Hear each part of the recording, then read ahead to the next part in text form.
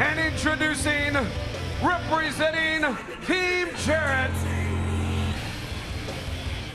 accompanied to the ring by Gail, Kim, and Jackie, he is one half of the NWA World Tag Team Champions, Wildcat Chris Harris.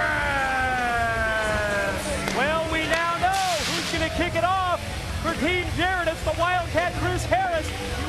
Right here in the face of Don West. DW, don't get perturbed. Stay on focus. Scares the heck out of me every time he comes out here. It's going to be the Wildcat Chris Harris to start it off for Team Jarrett. Jarrett's Army in the opening 5 minutes. Who's Sting going to send out to counter Chris Harris? Gail Kim and Jackie, you know they're going to have problems. One thing about it, they're going to have to be on the outside of this cage. Gail Kim just loves to boss Jackie around, make her subservient. Who's going to be the opponent in the initial 5 minutes for Chris Harris? Let's find out now. And the first representative of Sting's Warriors from Gainesville, Georgia, the phenomenal AXS.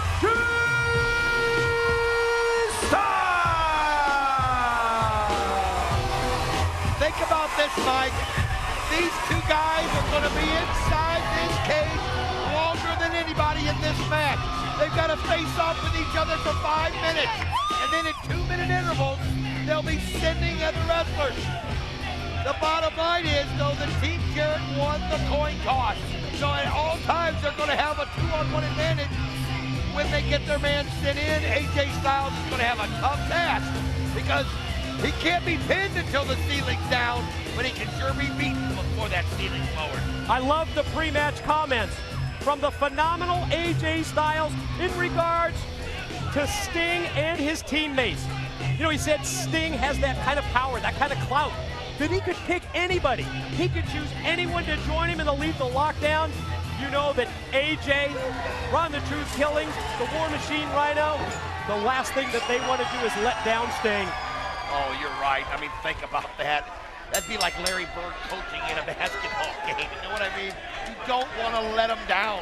He's such a legend. He's such an icon. And I look at that team that Sting has picked, and it's full of champions, full of guys that have held multiple different kinds of belts, and they're going to have to really work together. The only thing that alarms me is somebody with the agility of the phenomenal AJ Styles. What will this cage do to him? Will it ground him? Will it keep him, you know, not able to do the things that we see him do so well? Well, you're right. Will it limit the incredible high-risk offense of the phenomenal AJ Styles? I don't know, Don. We've seen AJ in the past inside 6 sides of steel, and the way that he can improvise and improv during a match, it's almost as if he can adapt to the circumstances here, and he can use the steel cage to the advantage. You see the clock, bottom right-hand corner of your screen as we near 4 minutes in this opening 5-minute segment. You don't win the round in TNA without being able to improvise. This guy's held every single belt more than once that TNA has. Oh, what a drop kick! AJ Styles just cleaned him, and you can see that look on his face. Oh, he wants to perform for Sting so well. That triple crown, that statement can be made about just one man, AJ Styles, NWA World Heavyweight Champion, Tag Team Champion, X Division title holder as well, and he's taking the offense to the Wildcat now, going to take him face first, and send him right into the steel side of the steel cage, and then those right hands. And he's held each of those titles at least twice. Wow. Oh, man, but think about the power. This is somebody that's held a lot of belts himself. Wildcat Chris Harris, no stranger to gold. I mean, the most decorated tag team in TNA history. This man's one member of it. And looking to exploit the physical advantage that he has here. Picked up Styles, rammed him back first into the side of the cage, and now has him, and oh, just tossed him again, right up against the 6 sides of steel. Each of these guys know that their job is to wear down these other guys so that when the cage comes down, you have an advantage. And it is going to be very important, especially for the team that will have a man advantage, every other man coming out, and that'll be Team Jarrett, that they use that man advantage so that when the ceiling does drop and the weapons do come, they're in much better shape. Oh, AJ Styles able to counter. Drop toe hold by Styles, goes airborne and drops the knee right across the back and the back of the head of the Wildcat, Chris Harris. Just made a huge point. That pre-match coin flip, the coin toss. You heard Larry Zbyszko from the championship committee. He talked about it earlier. It was won by Team Jarrett, Jarrett's Army, and as a result, throughout this match, you will see where the numbers game will be impacting the match severely, and it's going to be to the advantage in many instances of Team Jarrett as Gail Kim looks on from ringside. Harris, Styles up to the top. Harris with punches. Styles with a series of kicks to the side of the leg, getting the better of the Wildcat. That's how you bring somebody down right there. Kick that leg, make him drop off that rope. And look, he's got Wildcat caught in between the cage and the rope. That's where he wants him right here. This is his chance to take advantage because it's going to take him a little bit of time to get out of that. We saw that earlier with Christian Cage. We saw him in that no man's land position. Oh! What we talked about earlier with AJ, he will find a way to use the 6 sides of steel to his advantage. Going to go at him again and just smashed him, just squashed him right up against the cage. Oh, he knows he's got Wildcat, and he also knows that he's going to be at a man's disadvantage in a minute. Great so point. he wants to make sure that he's got Wildcat subdued, so that for the 2 minutes he has to face the next opponent, it's one-on-one and not two-on-one. Maybe the most important aspect of the early going of this matchup is just that. Wear down Chris Harris, so that when the next member of Jarrett's Army sent out for the 2-on-1 There is 1 minute advantage, left in the initial 5-minute period. 1 minute. we are under 1 minute to find out who is going to join this matchup next. Who's going to enter lethal lockdown from Jarrett's Army? Styles going to try and shoot him off and does. Back first into the corner. Here comes AJ. Oh, AJ has got the momentum, has got the advantage. And I just want to reiterate to those that are watching, even when it is look at the strength. Oh, catatonic. Oh, he hits the catatonic. He nails the catatonic. And that'll stop your momentum in a hurry. The blood flowing from the head of the Wildcat, Chris Harris, but still able to dig down deep. His patented finishing move, the catatonic, but there's nothing to finish at this point in the match. Only when all 8 men are inside the cage, and only when that cage roof lowers. Referee Hebner down for the pin, but that has no impact. There's the Styles clash by AJ as the final seconds tick off. You can count all you want, but it's not going to impact the match.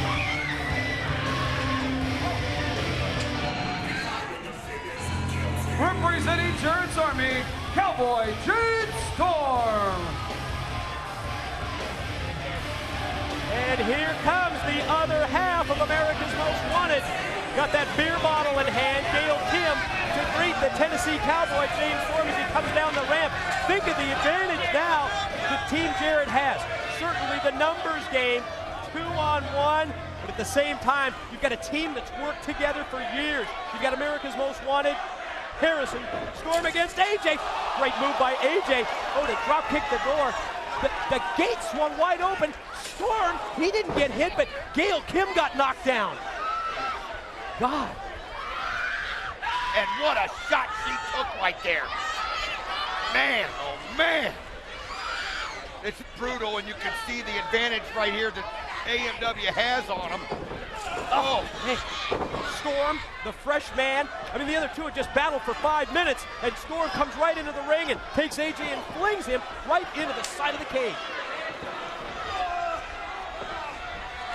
Storm's got him up. Looking for a little. Goes at the eye of the Storm, and he hits it dead on. You can see just pounding him on the back. Now, this is so important right now for Team Jarrett, because if you take somebody as valuable as AJ Styles out of this matchup, it really makes a difference. And look at him just raking that face across the steel cage right there. Chris Harris, he's been opened up, and now the phenomenal AJ Styles bleeding from the head as well. I think it's just no way you can avoid it when it's kind of a battleground. Lethal lockdown inside the 6 sides of steel, and AJ fighting back courageously. Doing everything that he can right there to somehow hold on till he gets another man to help him. And look at the teamwork that AMW does so well. Oh, man, AJ just with the shot to the mat. Clock winding down under 15 seconds until the next member of Sting's Warriors will join AJ and even it up at 2-2. Is it going to be? Let's find out now. Representing Sting's Warriors, Rhino!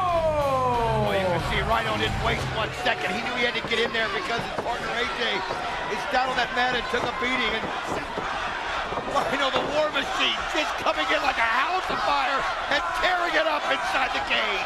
We're even up now at 2 versus 2. 2 members of Jarrett's team, 2 members of Sting's team, and yeah, the War Machine, Rhino taking it to both members of AMW. Harris up, spinebuster down. What a wicked spinebuster. And it's so important for Rhino to take advantage of the situation that he's fresh and they're not. He's got 2 minutes in which to cause massive destruction, and he's got to do it. He's not going to get any help from AJ right now. Gonna go for the gore. He's setting it up. Oh, but he misses, and Storm able to get out of the way and throws him into that cage. Tennessee Cowboy James Storm able to sidestep the attempt at the gore from the War Machine Rhino, and he just crashed right into the side of the cage. Harris, oh man, vicious, lethal, lariat. What a clothesline knockdown style. That'll take your breath away. Oh man, you can see how busted open AJ Styles is. Oh, and what combination there as Storm throws Wildcat into Rhino, and he takes that boot right into the face, right into the cage. And as we go under 40 seconds until the next man joins this lethal lockdown matchup, the advantage is to AMW here. The advantage is to Team Jarrett, and in less than 30 seconds, they're going to have the numbers game as well, because it'll be 3-on-2 for Jarrett's Army. And it looks like everything that they're wanting to do is working, and I'm telling you, we talked about how dangerous this cage is because there is no give on it. Look at this, it looks like even James Storm is busted open from the shot he took. 9. Everybody that hits that cage, it acts like a, like I said, a cheese grater from that bitch. Oh, he hits the Pele on top of Storm. The next participant, representing... Well, you can see it was Jeff Jarrett coming down, and Rhino wasn't even going to let him get in. Now his thing is broken outside of the cage as they went right after the champ, the former champion, and busted it right there, the king of the mountain, getting one shot after the other from the War Machine and the phenomenal AJ Styles. Rhino and Styles, repeated shots to the head of Jarrett. They've got him right here against the broadcast table. And now they're going to toss him right inside the cage. Talk about taking it to your opposition. It's exactly what Rhino and AJ just did to Jarrett. Well, that's exactly what you have to do, but once they got inside the cage there, Jarrett able to get the momentum back, get to his feet. And a lot of that has to do that he's just the fresher man in this situation, but I do like the way that AJ Styles and Rhino came right after him. Really, if you think about it, the perfect counter to the numbers game. You wear down AMW, you broke through the cage door, you take it right to Jarrett on the ramp, and it works for the first minute. But now the 3-on-2, and Jarrett's Army back in charge. You know, it's almost like they had that plan waiting right there. As soon as that cage was open to let somebody in, they were flying out of there to go after him. But again, it's now, like you said, 3-on-2 for the next 38 seconds. And again, keep in mind, until all 4 members of both teams are inside the cage, and only at that point does lethal lockdown begin. And at that point, you win by pinfall or submission. Jarrett has really turned this in the favor of his team, the 3-on-2, and the king of the mountain, the fresh man, and it's all Jarrett's Army. Numbers game has worked out to their advantage. So important right here for Sting Warriors to somehow get things status quo. Who's going to even it up 3-3? Let's find out now.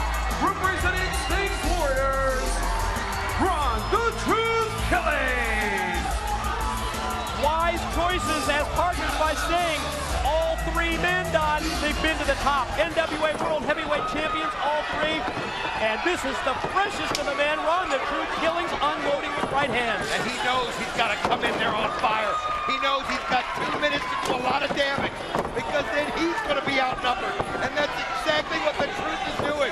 Just going after him, using his athleticism, setting him up, and taking him down. Nice kick right there. Sensational float over, then the splits, and you're right. Then the leg lariat drops him, and Ron the Truth Killing, didn't see the Wildcat from behind. Harris caught him, gonna elevate him up. Killing fights it off. Strength right there, but oh. man, he busted him one right in the jaw. That's how you do that. Run the truth, this is great right here. As he's getting it set up, because we know Big Papa Pump, Scott Steiner's coming out next. And I wouldn't want to be inside a ring with him for 2 minutes. Wait a minute, phenomenal AJ Styles going up top. Where's AJ going? To the top of the cage, 45 seconds. We know it's Scott Steiner. Just by means of deduction, it's the last member of Jarrett's army. He's going to be the fourth man. Obviously, he was going up there to get him some kind of like maybe a phone splash or something. But you can see Storm, you can see Jarrett, look out for Rhino and the Truth underneath. Now they're all going over there. No! AJ trying to hang on to the cage. Up from underneath the Wildcat. Tower of Doom. Look at this. Oh, no. Oh, what a shot. They tumble down. And AJ gets the brunt of it for being the man up top. Oh, man. Oh, man, AJ, it was high risk. 4, 3, 2, Oh, God. 1. What a bad landing that was for Styles. And the final member of Jarrett's army, Big Papa Pump, Scott Steiner. Oh, God. Here comes Scott Steiner. You know, we've seen this hired assassin, Don, on several occasions attack people because Jarrett sent him out there. But this is his in-ring debut for TNA, and he goes, oh, man, belly to belly, overhead release suplex on the War Machine Rhino. They're Oh, he gets flung. AJ like a stack of potatoes and thinking the advantage after the Tower of Doom. He had all the guys laying down, and he's able to just come in there and clean house. And man, is he cleaning house. Oh, bodies being tossed all over the ring by Big Papa Pump, elevated up. God, he just flung him right against the side of the cage. That was AJ he just tossed. I mean, he has just come in there using his strength with those gigantic arms and just one after another, and this is the perfect game plan. Have these guys so that when Sting comes out here, he won't have much help. And took it from the top of the rope. Oh, man, was that wicked. The largest arms and the shortest fuse in professional wrestling. Big Papa Pump, the big booty daddy, Scott Steiner, has just turned this thing totally in the control of Jarrett's army. And we know, Don, we're 30 seconds away from you-know-who. Oh, Sting can't get out here fast enough because it has become a total beatdown at this situation. Look how busted open the War Machine is. Everybody, it seems, is just tore up in there as Jarrett's army is taking it to task. Oh, man, AJ, what more can he have in him? Think of the punishment that AJ Styles has gone through, 10, Don. 9, We're 9 8, seconds away from 7, Sting 6, to even it up 5, and drop down the 4, roof. 3, 2, 1. And here he is. This is Sting. I hope he can get in there in time because he's got a lot of work to do. Open up that door and turn him loose. Here comes Sting. You can see everybody waiting on him, but Sting comes in just throwing the legs, throwing the arms, anything to create a little bit of space. Steiner dropped. Attention turned to Jarrett, king of the mountain, face first into the steel. Oh, he's just putting them all inside the cage. One right after another against it. Oh, man, as you can see, the Cowboy takes a shot right there. Now, Sting and Steiner, and he just dropped him with the big right hand.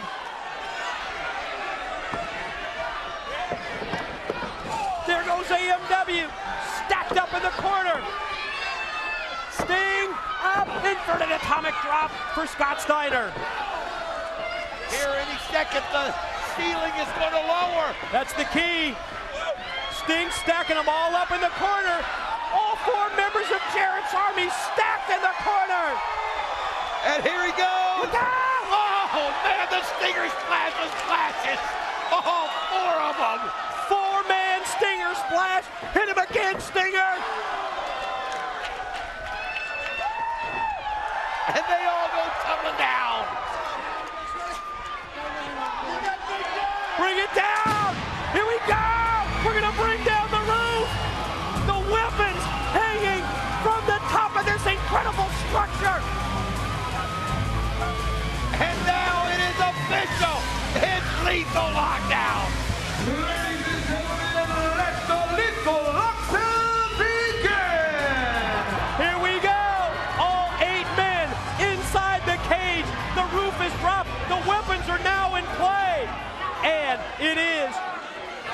pinfall for submission to win this match. And it's going to get brutal, it's going to get bloody, it's going to get barbaric as anything that they can get a hold of. And I don't know if you've seen everything that's on there. There's bats, guitars, handcuffs, chairs, garbage can lids. Even there's tables up on top there. There's a ladder you can How about see. the baseball bat that Sting has? Truth off the top, and the top of that trash can just, I think, right into the head of Chris Harris. And you can see these guys inside this cage, locked in. And wait a minute, what in the world? What's going on up here? As James Storm, there is one little area of space where you can wiggle out of. And it looks like AJ Styles and James Storm are both headed to the... What on earth are they doing? What the hell are they doing? They're on top of the roof! This is absolutely absurd. No! I'll tell you what, they'll find room to do anything. Styles and Storm battling up on top of the cage. My God, they must be, what would you say, Don? Oh, they're, what, 30 plus feet easily above the floor. I mean, there's just one little opening that you can get through, and these two guys have done it. You see Gail Kim, what? What is going on? What in the world is she trying to do? Gail Kim up to the top of the cage. AJ's got his... I think he's got his fingers right on her fingers. Right in, look at this. Oh, man. You gotta like that. That's Jackie. Deep pants are right there. Super kick by Storm. Oh, my God. He caught him with the super kick, and Styles fortunately landed up on top of the roof. He was so close to falling off of that into the crowd. Wait a minute. Storm is setting up a table that's set up there. You're right. James Storm, representing Jarrett's Army, going to put a table in place up on top of this, on the roof of this cage? Can you even do that? Oh, this is absolutely insane. No. As the rest of the guys inside, they're also looking up, I think, trying to figure out what's going on. And there you see Sting. Oh, man, and think about the jarring that it does.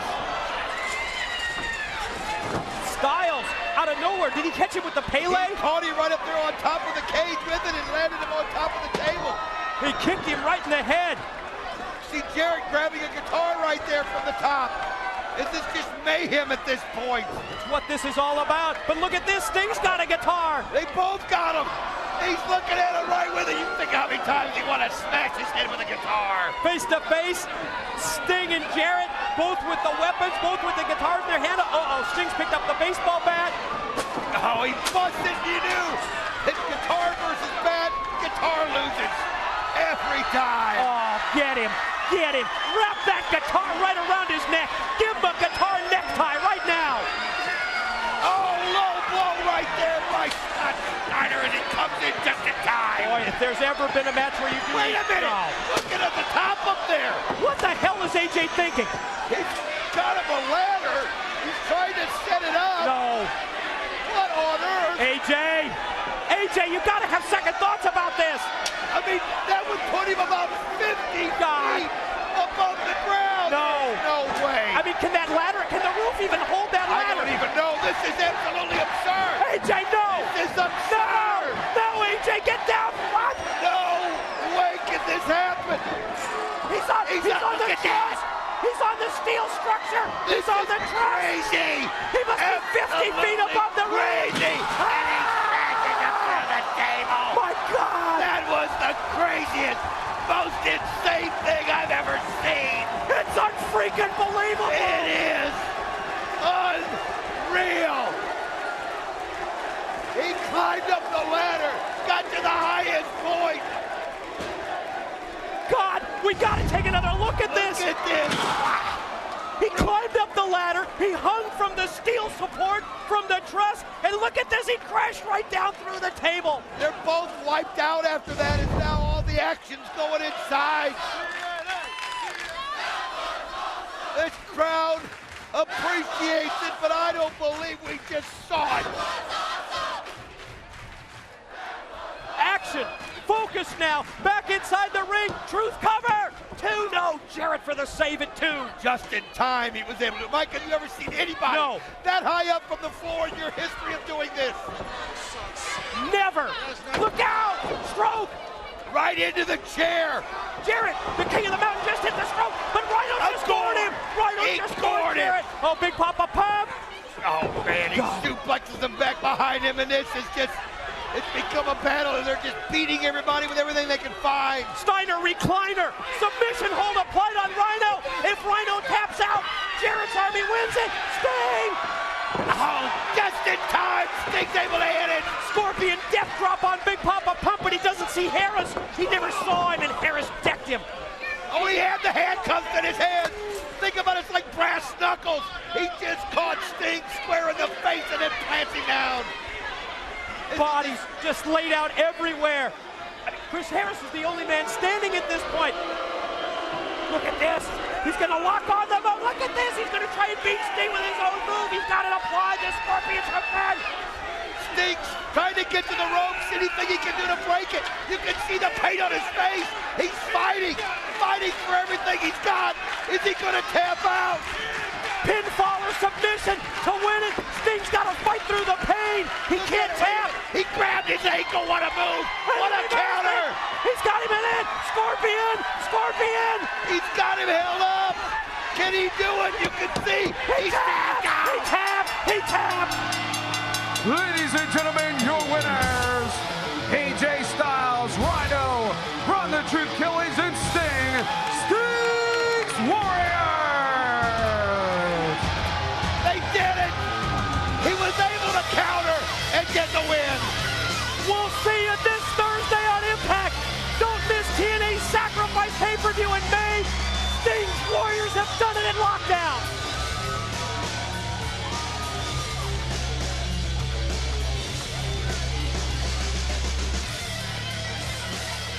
At this time, please allow me to introduce the keeper of the cage, the man that will hold the key, a true legend in professional wrestling from the great state of Missouri. He is an 8-time NWA World Heavyweight Champion, the legendary Harley Race.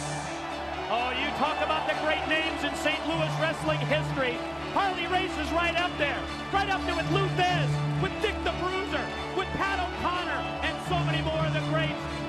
Harley Race beat Ric Flair, 1983, right here in St. Louis, to win one of those 8 NWA World Heavyweight titles. In the lethal lockdown match, 2 men will begin, one from each team for a 5-minute period. And then, in 2-minute intervals, a new man from each team will enter the 6 sides of steel. So, ladies and gentlemen, let the lethal lockdown begin. Introducing the first entrant representing Team Christian Cage from Gainesville, Georgia, weighing in at 218 pounds, the phenomenal AJ Styles. Interesting strategy on the part of Team Cage. Captain Christian Cage has obviously made the selection to have the phenomenal AJ Styles kick it off for his team. Remember, the first 2 wrestlers will compete for 5 minutes, then the other wrestlers will come out in intervals of 2 minutes.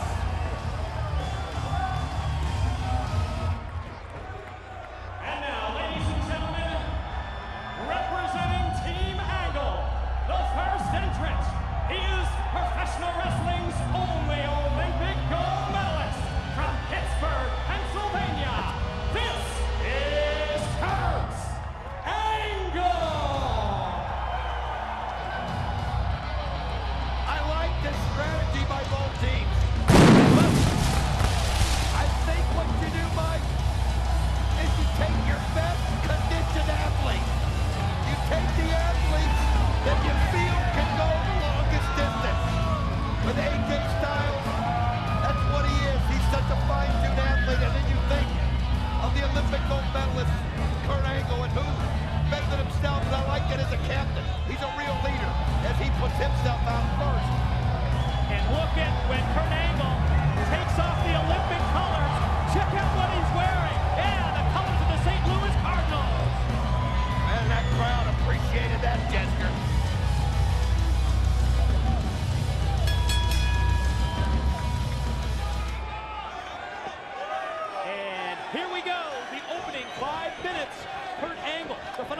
AJ Styles, and we are underway in our lethal lockdown matchup. This is such a unique match, Mike, because pinfalls and submissions don't mean anything. You might do it to your opponent just to kind of rub it in his face and let him know you can do it at any time. But it doesn't matter because until they get all 10 in. Now that's the key. Right. They're going to stay out there until all 10 get in. And then the ceiling lowers.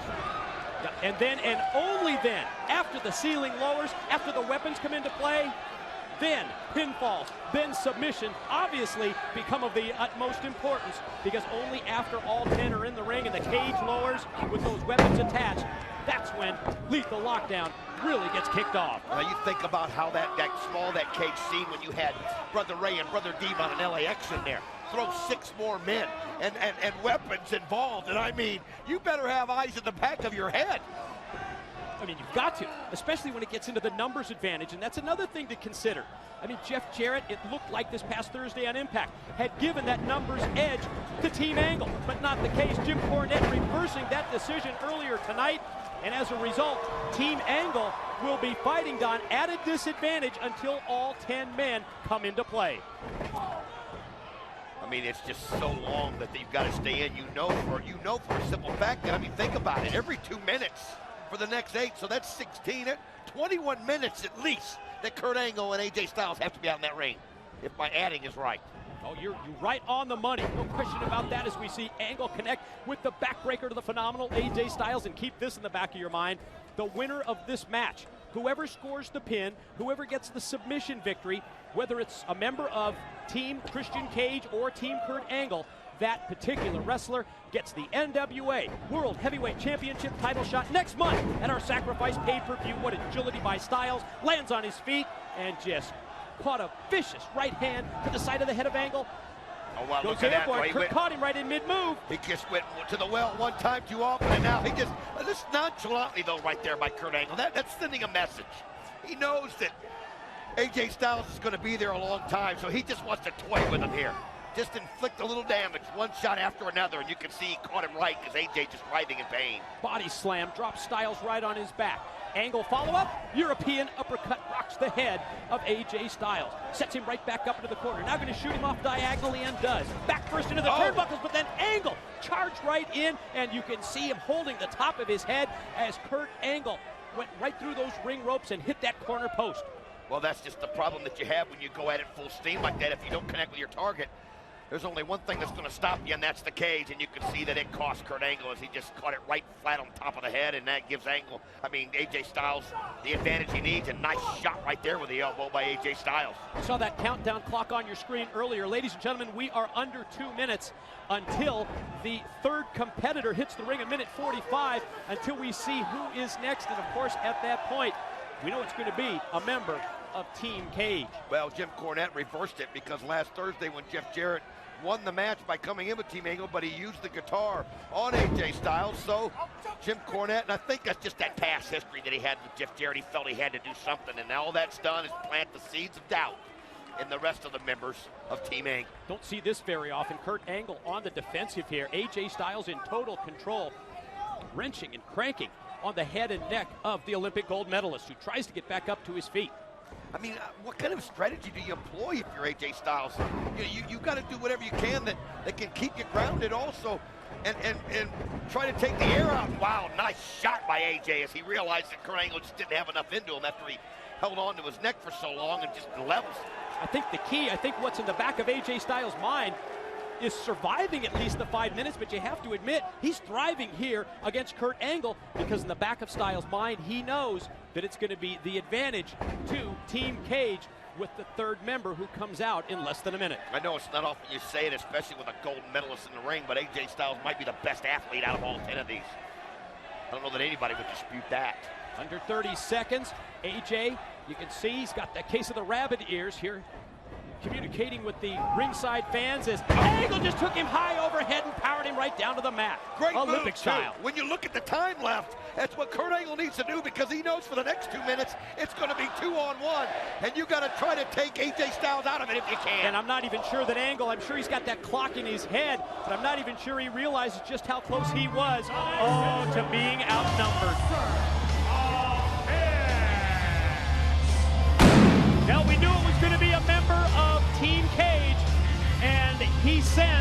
the 6'8", 350-pound out-of-control monster Abyss towards the ring to give his team the numbers game as soon as he enters the 6 sides. Yes, it's going to be advantage 2-1 for Team Cage. It's now Abyss and Styles against Kurt Angle. And look at Kurt Angle just going right after Abyss. And Abyss is somebody, to me, that's a wild card in this match. I mean, he's just so frustrated with what's going on, the blackmail that James Mitchell's using against him. And he's going to take it out right there on Kurt Angle. And man, alive.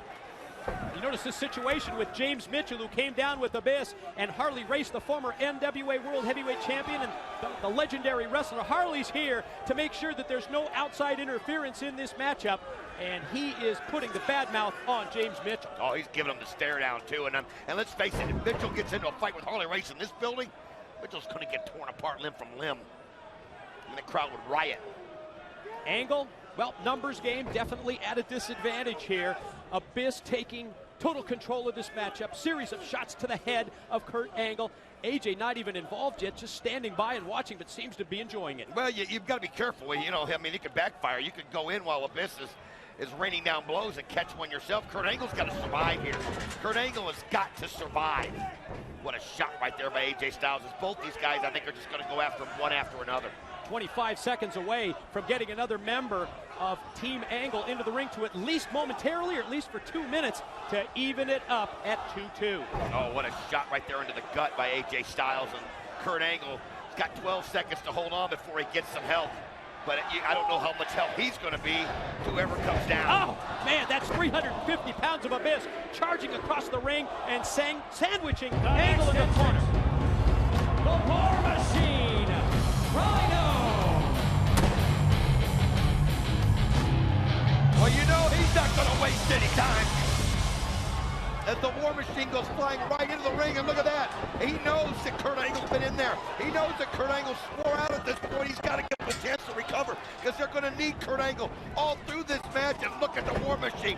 Everything he's got right now, but he has to, because he's 1-on-2 with Kurt Angle there in the corner, and the War Machine just taking it to him. Well, the advantage you have here is it's a completely fresh War Machine. And Rhino, you see that? Hits the belly to belly. Is he going to go for the gore? Oh, why not? Try to take Abyss out right from the beginning. Slow to get to his feet. As soon as he does, oh, man, he was going for the gore, but he got caught in mid-move. Could be the choke slam. War Machine fights him off. Series of elbows. Here comes Rhino. You can see the War Machine. Oh, he goes right off the ropes and catches Abyss right in the head, and now he just immediately goes after AJ Styles. But now they gave Kurt Angle time to get up, and he's putting the boots to Abyss. 2-2 in terms of members in this matchup. Rhino's going to take Styles now and try and catapult him, and does. High, oh man, right took him chest first in the turnbuckle. Oh, he just catapulted him right into the cage. Meanwhile, you see Angle putting the beat down on the monster Abyss, and communication between Angle and Rhino. Well, you can see Angle, being the captain that he is, just barking out instructions, and Rhino just, like clockwork, goes right after it. They're going to do the 2-on-1 on Abyss, and then they're going to probably concentrate on AJ, but nice double team. Yeah, double shoulder block. Angle and Rhino take down Abyss. Styles slow to get to his feet, and Team Angle finally has turned this thing around in their favor. Again, no pinfalls, no submissions until all 10 men in the match. But if you think about how important those first 21 minutes are, Don, in determining who eventually will get that pin or submission, who's next to give the advantage to Team Cage. AJ Styles busted open. Cage, this is Tomka. Tomko, buddy, doesn't waste any time. What a boot! What a boot to the War Machine, as I mentioned right as AJ was giving the instruction. AJ Styles been busted in the head. I can see that, and it's just bloody and violent in that cage, especially with the level these guys go. But now look at this. Tomko sees, oh man, sees Rhino and goes right after him. What a force Tomko has become. I mean, since he arrived here in TNA, there goes Rhino, head first, right into the corner. Tomko has come out, and he's turned this thing, and I guess not surprisingly, when you consider that the Team Cage now has the 3-2 numbers edge, turned it totally in Christian team's favor. Big running slam for the Olympic gold medalist. This Tomko takes down Angle. I'm seeing a pattern here that when the fresh guy comes in, he's able to be, he's just fresh enough to be able to take it to everybody in there to give his teammates time to recover and catch their breath. And it always seems to work, and then it gives them about a minute of a the one-man advantage, and now it's 3-on-2 for Team Cage. No question, the fresh man turns the tide in this matchup. It's what we've seen really ever since Abyss gave Team Cage the advantage at 2-1, and now Tomko measures and connects right to the top of the head of the War Machine, Rhino, and Rhino's been busted open. But look at Kurt Angle, and a nice shoulder block right there by Abyss as he sends Angle down, as it looked like, and now Rhino taking shot after shot from the phenomenal AJ Styles. And now look at the boot. Look at that boot right there by Abyss as he's just driving it into the chin and the pressure, using those ropes. Yeah, and the 350 pounds as well behind that boot right across the throat of Kurt Angle. Tomko comes off the ropes and caught Rhino right in the face with the boot. Well, he just leveled him. Tomko's just moving around. I mean, this guy has really become a force since he's been back, and doesn't seem like he's under the influence of Christian Cage like he has been in the past. Time to even it up once again. Who's going to be next from Team Angle? Representing Team Angle, Samoa Joe. Here comes the Samoan submission machine, quickly making his way inside the cage, and Joe's been turned loose. Oh, what a shot he did on AJ Styles, and now the headbutt, and now a shot to AJ. Grabs Abyss, and man, he just came on fire. And look at him. Oh, man, puts the knee. Listen to the crowd yell, Joe's gonna kill you, and that's what he's doing to everybody from Team Cage that's in that ring right now. There's the backsplash for Abyss. He's been a one-man wrecking crew, similar to the way Tomko came out here, and now Tomko able to turn it around on Joe, who gets the elbow up as he charges at Samoa Joe. I mean, these guys understand when they get in, they have to do damage. Oh, what a knee! Shot! What a knee shot! But he forgot about AJ Styles. This is the hard part of this match, Don, especially as all the Wow! wrestlers get in here. You said it earlier. You've got to have eyes in the back of your head, really, to be successful long-term in this match. Samoa Joe, however, overpowers Styles, puts him up on top, muscle buster out of the corner. Why not? Inflict the damage. And he just levels AJ Styles. Wow! A crowd loves it.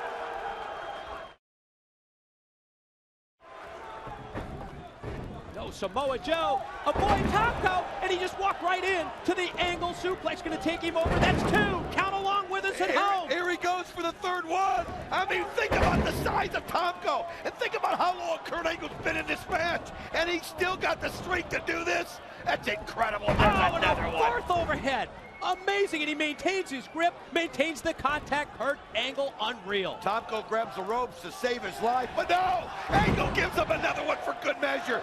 Five suplexes. Time to give the advantage back to Team Cage. Who's next? Representing Team Cage, Big Papa Pump, Scott Steiner. 4-3, Team Cage with the arrival of the genetic freak. Here comes Scott Steiner, and Angle's ready for him, but just as soon as Steiner hits the ring, Angle's deck clothesline for Rhino as well, and now here comes the belly-to-belly overhead and released. Again, and everybody is just taking so much out of themselves, and think about it. This match doesn't even really get started until the ceiling is dropped. And this is what you've already seen, and look at Big Papa Pump. Wow, he's gonna take Rhino. Steiner puts Rhino up on top. Scott Steiner climbs to the top. What the world? What the hell? Scott Steiner! Unbelievable! I'm not gonna call it a Hurricane Rana, forget you! That's a Frankensteiner, my God! You gotta be kidding me! As Scott Steiner just creamed him with the Frankensteiner. Do you believe it? No! Wow! Pulling out all the stops is right. When was the last time you saw him do that? Many years ago. Wow! Oh, man! It just kind of set the crowd, and it just sets the tone. Everybody. That's what this means. Let's see if we can see that Oh, again. I'd love to. I don't know that you get to see that much. Catching me by surprise and catching all of us off guard. We're going to try to get that hooked up. Here we go. We're going to effort to do it. Here we go. This. Look at this. Wow. Oh, that's no X Division wrestler. My God, that's the genetic freak who just connected with the Frankensteiner. And look at Joe, and wow, what a kick to the back of Abyss's head. as Samoa Joe, but I just saw Steiner rake the eyes of Angle, and Tomko crashes the back of Joe. We're doing our best to call on the action here. Good luck. Time to even it up. Who's next from Team Angle? Representing Team Angle, this is Sting!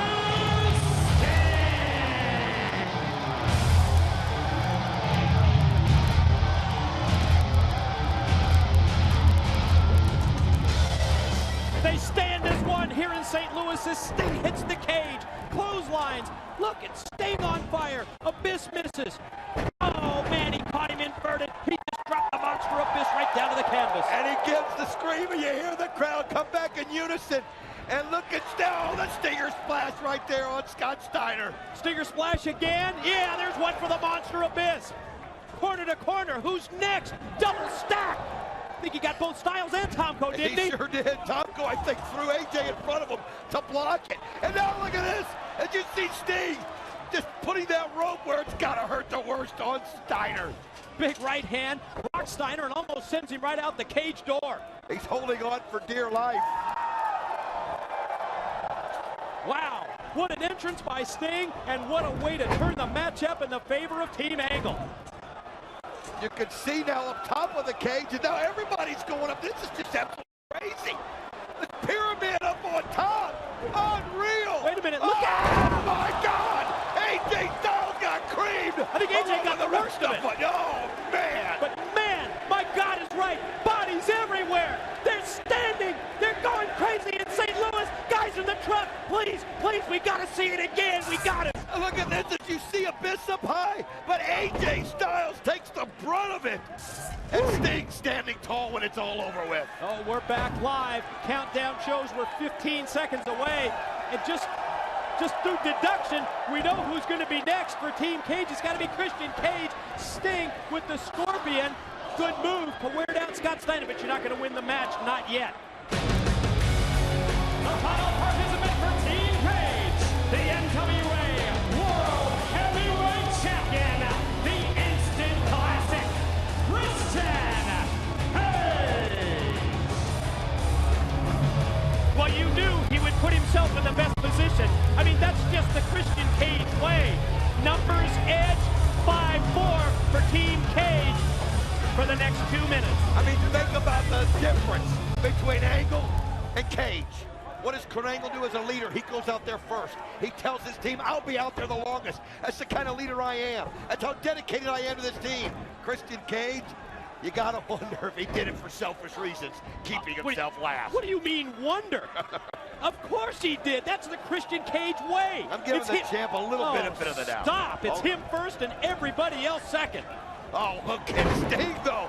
Wow, just sitting flying up in the air. Nice back body drop by Sting, but Christian comes back. No effect with those chops at all. And Sting just laughs right in his face. Now look at Sting, man. I mean, this is the only time it seems that one of the guys had to come out and just clean house. And I mean, Sting fired up like we've not seen him. Digging deep, gonna shoot him across. There goes Christian to the corner, and there goes the Stinger splash. Christian Cage come in, and that momentum that normally comes with being the fresh man, and Sting's just taking it right out of him from the beginning. Sting, corner to corner, post to post, one side of the cage to the other, just totally dominating Christian Cage. Ready for the Scorpion? Oh, he's got it locked in, and I mean, what a way to do it now. Just inflict the pain, inflict the damage. You know, maybe pull a ligament there.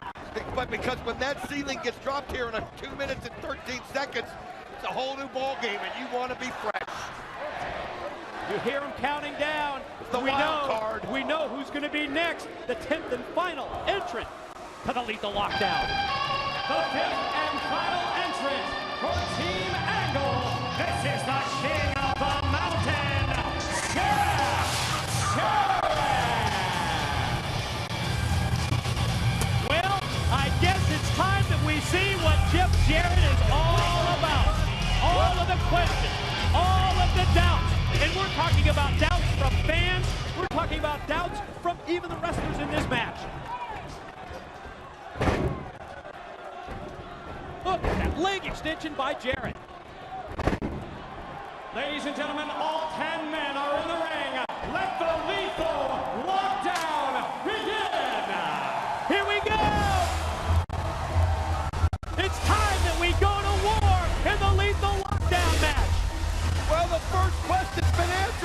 see the ceiling being lowered, and now you cannot get pinned. Whoever has the pin gets the title shot against Christian Cage, and Jeff Jarrett came right in, and look at this. He's bonding with the team. I haven't seen any indication that he's got other motives. And Jarrett climbing up, obviously, to get one of the weapons that's hanging down. Quickly pulled back into play by the NWA World Heavyweight Champion Christian Cage, but Jarrett just decked him. And again, Christian goes up, and there's your question answered. Jarrett pulls him right back down. Well, he realized that Christian was close to getting that garbage can, and Jeff Jarrett pulled him down and just taking shot after shot at Christian Cage. And you know what? I think back to Bound for Glory, and I think back to that heartfelt speech that Jeff Jarrett did. And now look at this. He goes up and he gets a bat, and he throws it to Sting. He tosses it across the ring. Sting catches the bat and connects. He just drilled the monster abyss. And he gives Rhino a garbage can. What an assist as he takes the garbage can and crushes the champ. And then he goes after Scott Steiner. And then he tosses a nightstick to Samoa Joe. Jarrett taking down all the weapons and tossing them to his teammates. And not only is he a teammate, he's Steve Nash in there. He's throwing out assists to everybody. Oh, nightclub shot. Samoa Joe just caught Tomko. And now Jarrett taking down a trash can lid. Oh, the top of the head of the monster abyss. Absolutely handsome as we see Jeff Jarrett just being the consummate teammate as it has gone advantage team angle. Oh, did you see that? Look at this. Oh. Shot after shot after shot. A repeated Jeff Jarrett drilling Scott Steiner in the head with the trash can lid. And think about it, it was Jeff Jarrett that brought Scott Steiner into TNA. I mean, wow. Has it come 180 degrees? Jarrett with that lead pipe just drilled abyss first to the stomach and then to the back. Trying to follow the action. Now somehow AJ Styles got the bat of Sting, and he's just using it like Albert Pujols would here in St. Louis. But Kurt Angle able to catch it into his belly and grab the arms, and now look at that. Double gun salute from the gold medalist, and then he takes him over. Connects first with that suplex. Gonna go again, but the low blow by AJ Styles. Well, you gotta survive in a match like this. I mean, you have to survive, and AJ Styles is one of those that can do some remarkable things. Oh, wait a minute. What's AJ Styles doing? What on earth? What the hell? AJ Styles going to the top We've seen of the cage. This man is absolutely incredible. And Kurt Angle's still hurting from that crotch shot that he got. But look at Kurt Angle. He's going right up there after him. Yeah, Angle trying to dig down deep, trying to gut it out and get up to the top of the cage as well. And both men now are up on the roof. High above the ring. Angle and AJ Styles on the roof of the Lethal Lockdown cage. I mean, look at this. Abyss has got 2 bags of tacks. I know that's what's in there. I saw that in his hands. And look at, oh my God, the danger of AJ Styles and Angle as they're so high up here in the family arena. This is just crazy, Mike. What an incredible camera shot that is. And you can see just how careful that Angle's being with Harley Race just applied the knockout blow to James Mitchell here around the ringside area. Well, he saw him hand those back attacks in, and it just took him a little time to get over there, but he sure made it pay off. Look at Tomko and Joe up top as they're smashing each other, as Angle and AJ Styles are having to be very careful with where they're at up there. Oh my, your heart stops, and oh well, man. Oh man. What a bad landing by Samoa Joe. And again, we're trying to keep our eyes on the cage. What's going on inside the cage? Unbelievable He gore. just gored him right out the door. He just gored him right out of the cage. Unbelievable. I mean, the chain from the cage went flying. Whew. It hit Stevie right here. The chain hit Stevie, who takes care of us. Unreal. Look at those guys on top. This is so Wait a minute. He's got a chair. Oh, he crushes Angle with it. The battle. Oh, there goes Rhino right out to the floor. Courtesy of Big Papa Pump Scott Steiner. Well, there's no chain to hold it after. Look out. Oh, my God. Got right here at the table. There goes Rhino facing right in the broadcast position. Steiner's picked up a championship belt. He's got the NWA World title belt in his hand. Did you see Joe? Suicide dive right through Mike. Unreal. But then Steiner with the championship belt to the back of the head of Samoa Joe. My God, bodies laid out all over the building here in St. Louis. It's just a war zone right now. It's an absolute war zone. It's Joe right for the table. Look at the tacks. in the hands of Abyss, and don't forget, Angle and AJ are up top. The thousands and thousands of tags. Look out, Rhino right here as well. We'll try and keep our eyes on everything that's going on. We got wrestlers right here battling the table. Here comes Tomko. Right on the table. Tomko got it. Rhino's busted open. Into the rail goes Rhino from Steiner. Don't forget, Angle and AJ are busted up top after chair shots. And look at Sting and Jarrett with a double team. Double shot! Christian Cage goes back first into the thumbtacks. My God! Unreal. Look at Christian Cage's face. And we got to be careful. We got Joe and Steiner and Tomko and Rhino all right in front of us. Oh no! Abyss, wide up, black hole slam by Abyss on Jarrett. Wait a minute, look up top too. On their feet again. It's AJ. Styles and Angle fighting tooth and nail on the top, on the roof of the cage. Samoa Joe's choking out Tomko. Oh no! Right Look at AJ look out! AJ, look out! Oh my God!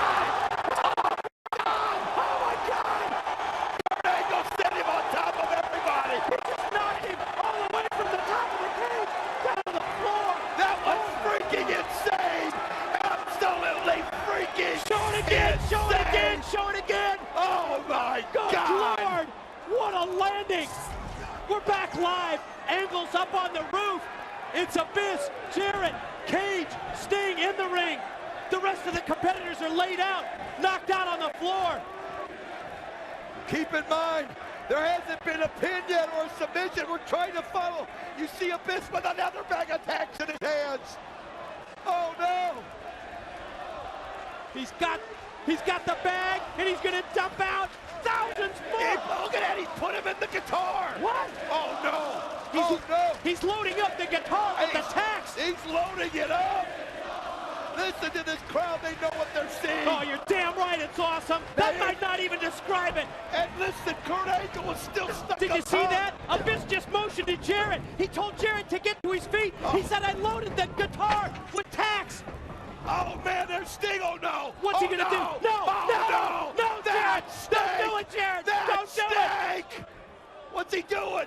He's moving him away. He just smashed him with tacks. The tacks. The thousands of tacks go flying everywhere. Jarrett can get the pin. Look at, he's pointing at Sting again. He's pointing at Sting. He told Sting, cover him. Look at this. What on earth is going on? I mean, Jarrett could get the title shot right here. This is a chance for a title shot. Pin. 1, 2. Sting gets the win. Sting gets the title because of Jarrett. Sting gets the title shot. The winners of the Lethal Lockdown match, Team Angle. This is unreal. Why would Jarrett take the pin? What's he trying to prove? Is he turned over a new leaf? I don't know that Sting believes it, but he took the pin. All the questions, all the doubts that we had about Jeff Jarrett, as far as I'm concerned, they were just answered. They were just answered 100%. Jarrett had that title shot right in his grasp. Jarrett, the knockout blow. And he laid it up for Sting. He handed it to Sting on a silver platter, and Sting's gonna get the title shot. He's still trying to get the handshake. Sting can't believe it. He gave him a title shot. I thought Abyss was setting him up. I thought Jarrett had the whole thing planned. And look at this. They shake hands. And the Kurt Angle stuck up top. He can't believe it, I'm sure. And I think he finally won Samoa Joe over too. Look at this, Samoa Joe extending the hand to Jarrett. He respected it. Samoa Joe shakes his hand. My God, what a spectacle. Look at Angle. Look at Kurt Angle's face. He can't believe it. He's shaking his head. And Jeff Jarrett's trying to tell him, what do you want? Kurt Angle saying, get away. Introducing first, from Tampa, Florida, by way of Toronto, Ontario, Canada, he is the Instant Classic, Christian Cage! Are you ready for the first half of our Lockdown double main event? It's Lethal Lockdown, and oh, I love this. The captain of Team Cage Christian Cage. This is what leadership is all about. He is going to be competitor number one. He's going to set that bar up here for his entire team. Christian Cage is going to start it off. First man in, representing Team Cage in the Lethal Lockdown. You know what? You would expect nothing less from Christian Cage since he's been putting Team Cage together. He's been the voice. He's been the leader. And it's all going the way he's wanted. And you know what? He'll lead by example. That's what he told Team Cage. He's going to start it out and be in there a long time.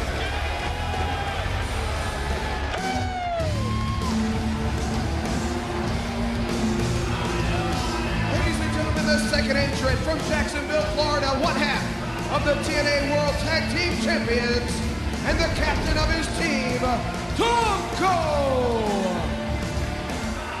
That's how you answer the leadership of Christian Cage, the captain of Team Tonko.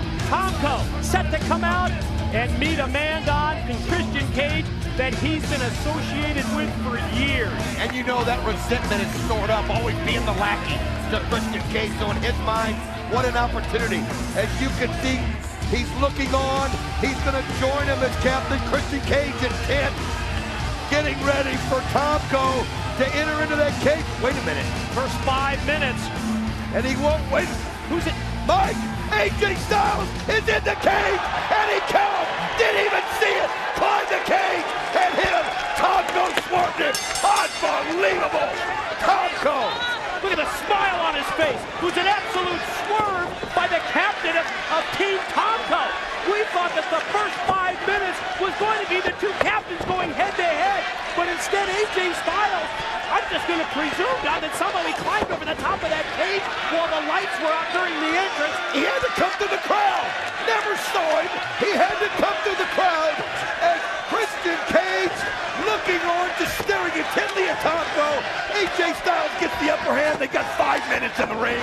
What an advantage for Team Tonko. Yes, then after this 5-minute opening period, we will have the other wrestlers coming out in 2-minute intervals, and we have been notified that Team Tonko, they were victorious in the pre-match coin toss, so they're going to have the numbers game throughout Lethal Lockdown. They're going to have the numbers edge. Well, and it is an edge when you consider 2 minutes. It's huge. It's not a minute. It's 2 minutes, and that's a lifetime when you've been in that ring, especially someone like Christian Cage, because he's got to hang in there till the ceiling drops, no matter what.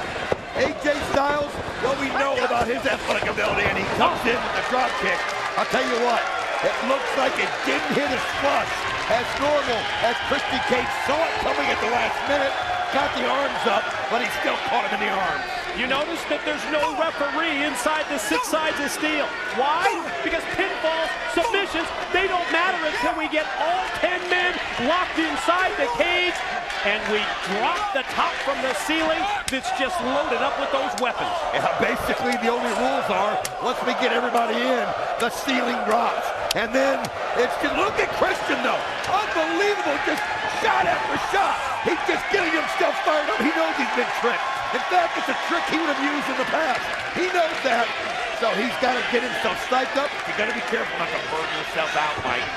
Well, first minute and a half, all AJ.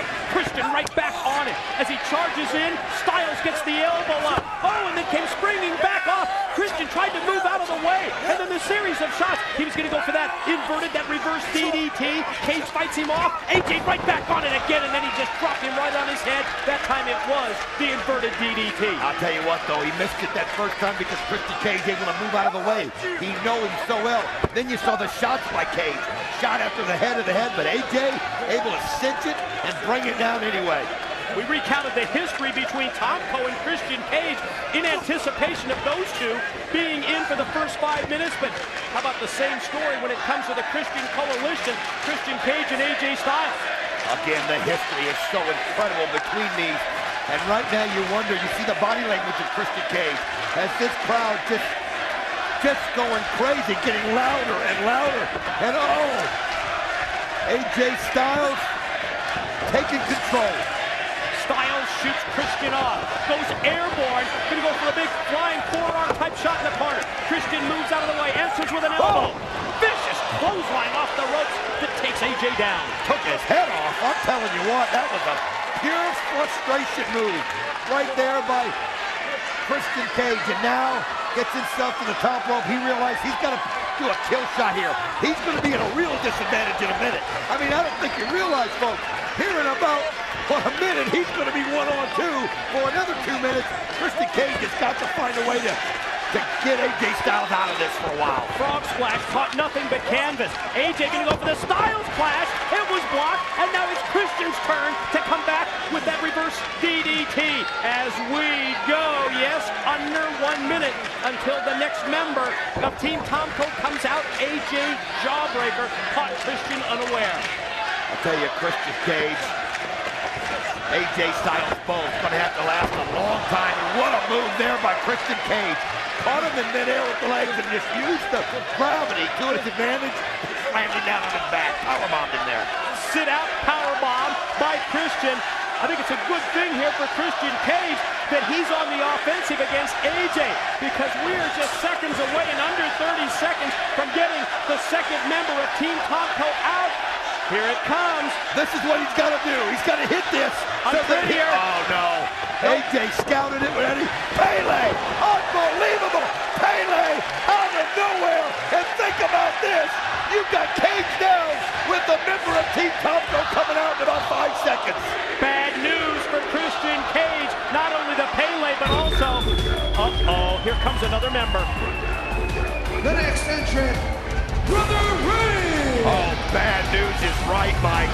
Here's a guy that can inflict as much damage as possible. I mean, he can get right in there. Oh, look what he's wearing, by the way. Oh, look at his teamwork. Oh, no. Look out! Oh, God! Oh, God, did you see that? He slammed the cage door right on his face. Unbelievable. He called for AJ to throw him in, to sacrifice him.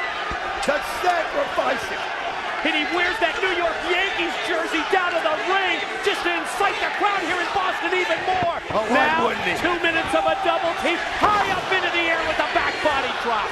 That's what I'm talking about. Christian Cage is toast. Oh, the elbow after the shot to the head. Unbelievable what Team Tomko is doing. That numbers advantage. Oh, Christian Cage is going to get his back broke. Look out. AJ up. Oh, man, drops down with his weight across the head of Christian. And he's got another minute of a beating, that's for sure. Oh, look at him try and fight back. Such courage, such guts out of the corner.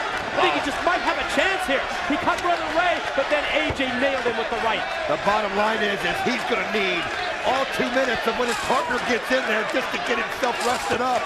And with these shots to the cage, look at those wicked shots, Brother Ray. The double teamwork right now. Christian in so much trouble.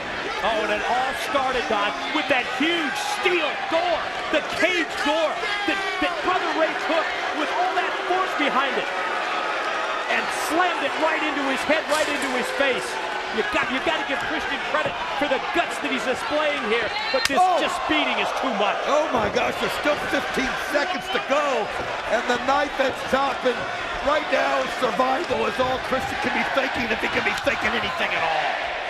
Who do you think that Captain Christian Cage pegged to be the second individual to join him out here? We're going to find out right now. Yes. The next entrant, the War Machine Rhino! Here he comes! Oh, I'll tell you what, he's perfect, I think. You've got to have a bull come in here right now and give Christian Cage a break. And look at the War Machine, Mike.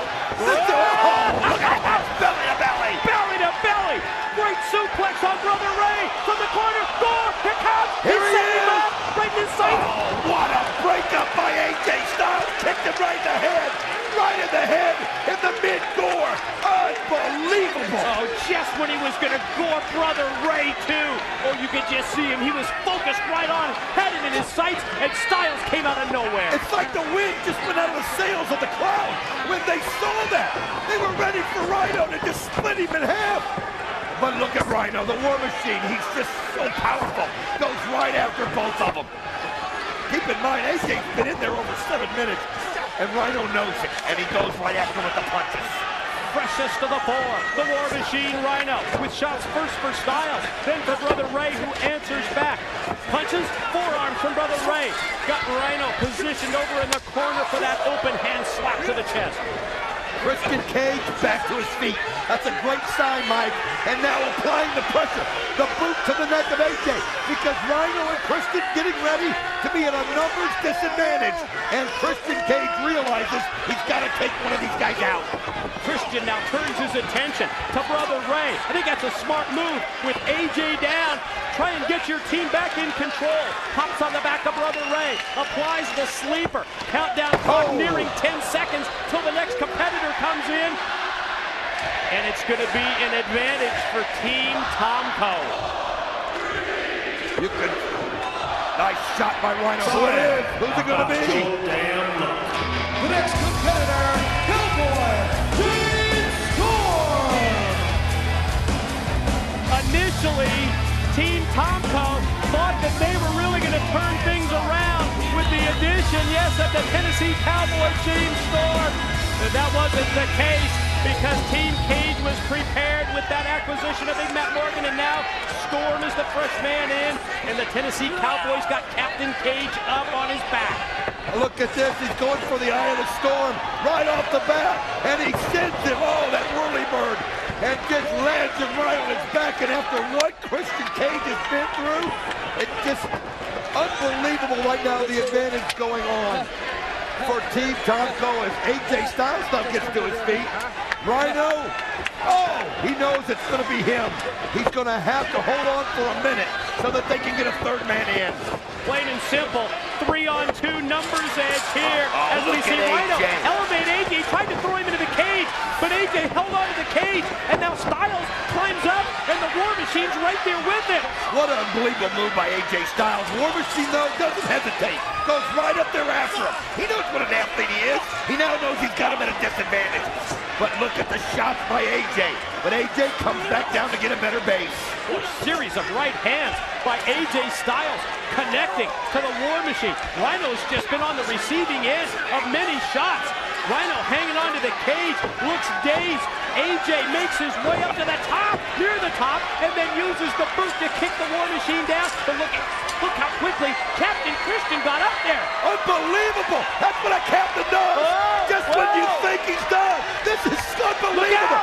10 seconds! Oh, man! What's going to happen? Both of them fighting each other off at the top!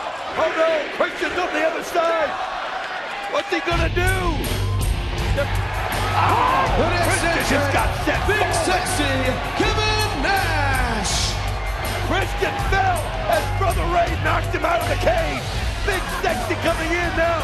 You've got to somehow get Christian Cage back in there. He's been knocked on the outside. Oh, you have to, because think of what this does. Instead of having this even things up, Don, no, you know what it does? They're back at a disadvantage again. Exactly. But Big Sexy Kevin Nash doesn't care. He's just looking for one body after another. Styles tried to catch him from behind, but Nash turned around, caught him in midair. Snake Eyes dropped him right in the corner on the turnbuckle. The bottom line, Christian Cage got to get back in. What's he going to do? And Kevin Nash just got taken out by the knees. Christian Cage is going back up. He's going back up. Christian making his way. Christian's way up on top of the 6 sides of steel. Wow! What a cross body block! Wow! Wow!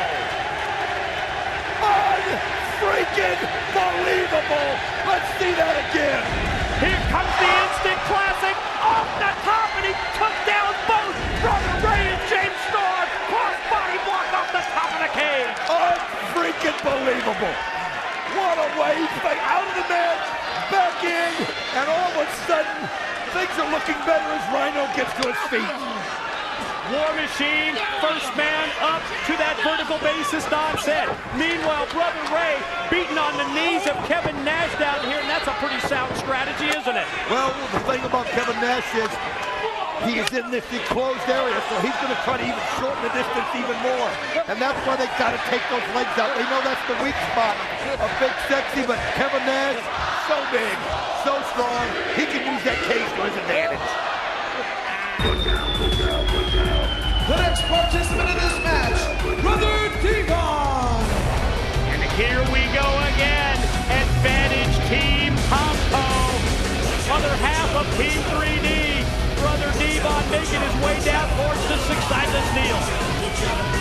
time you get things right.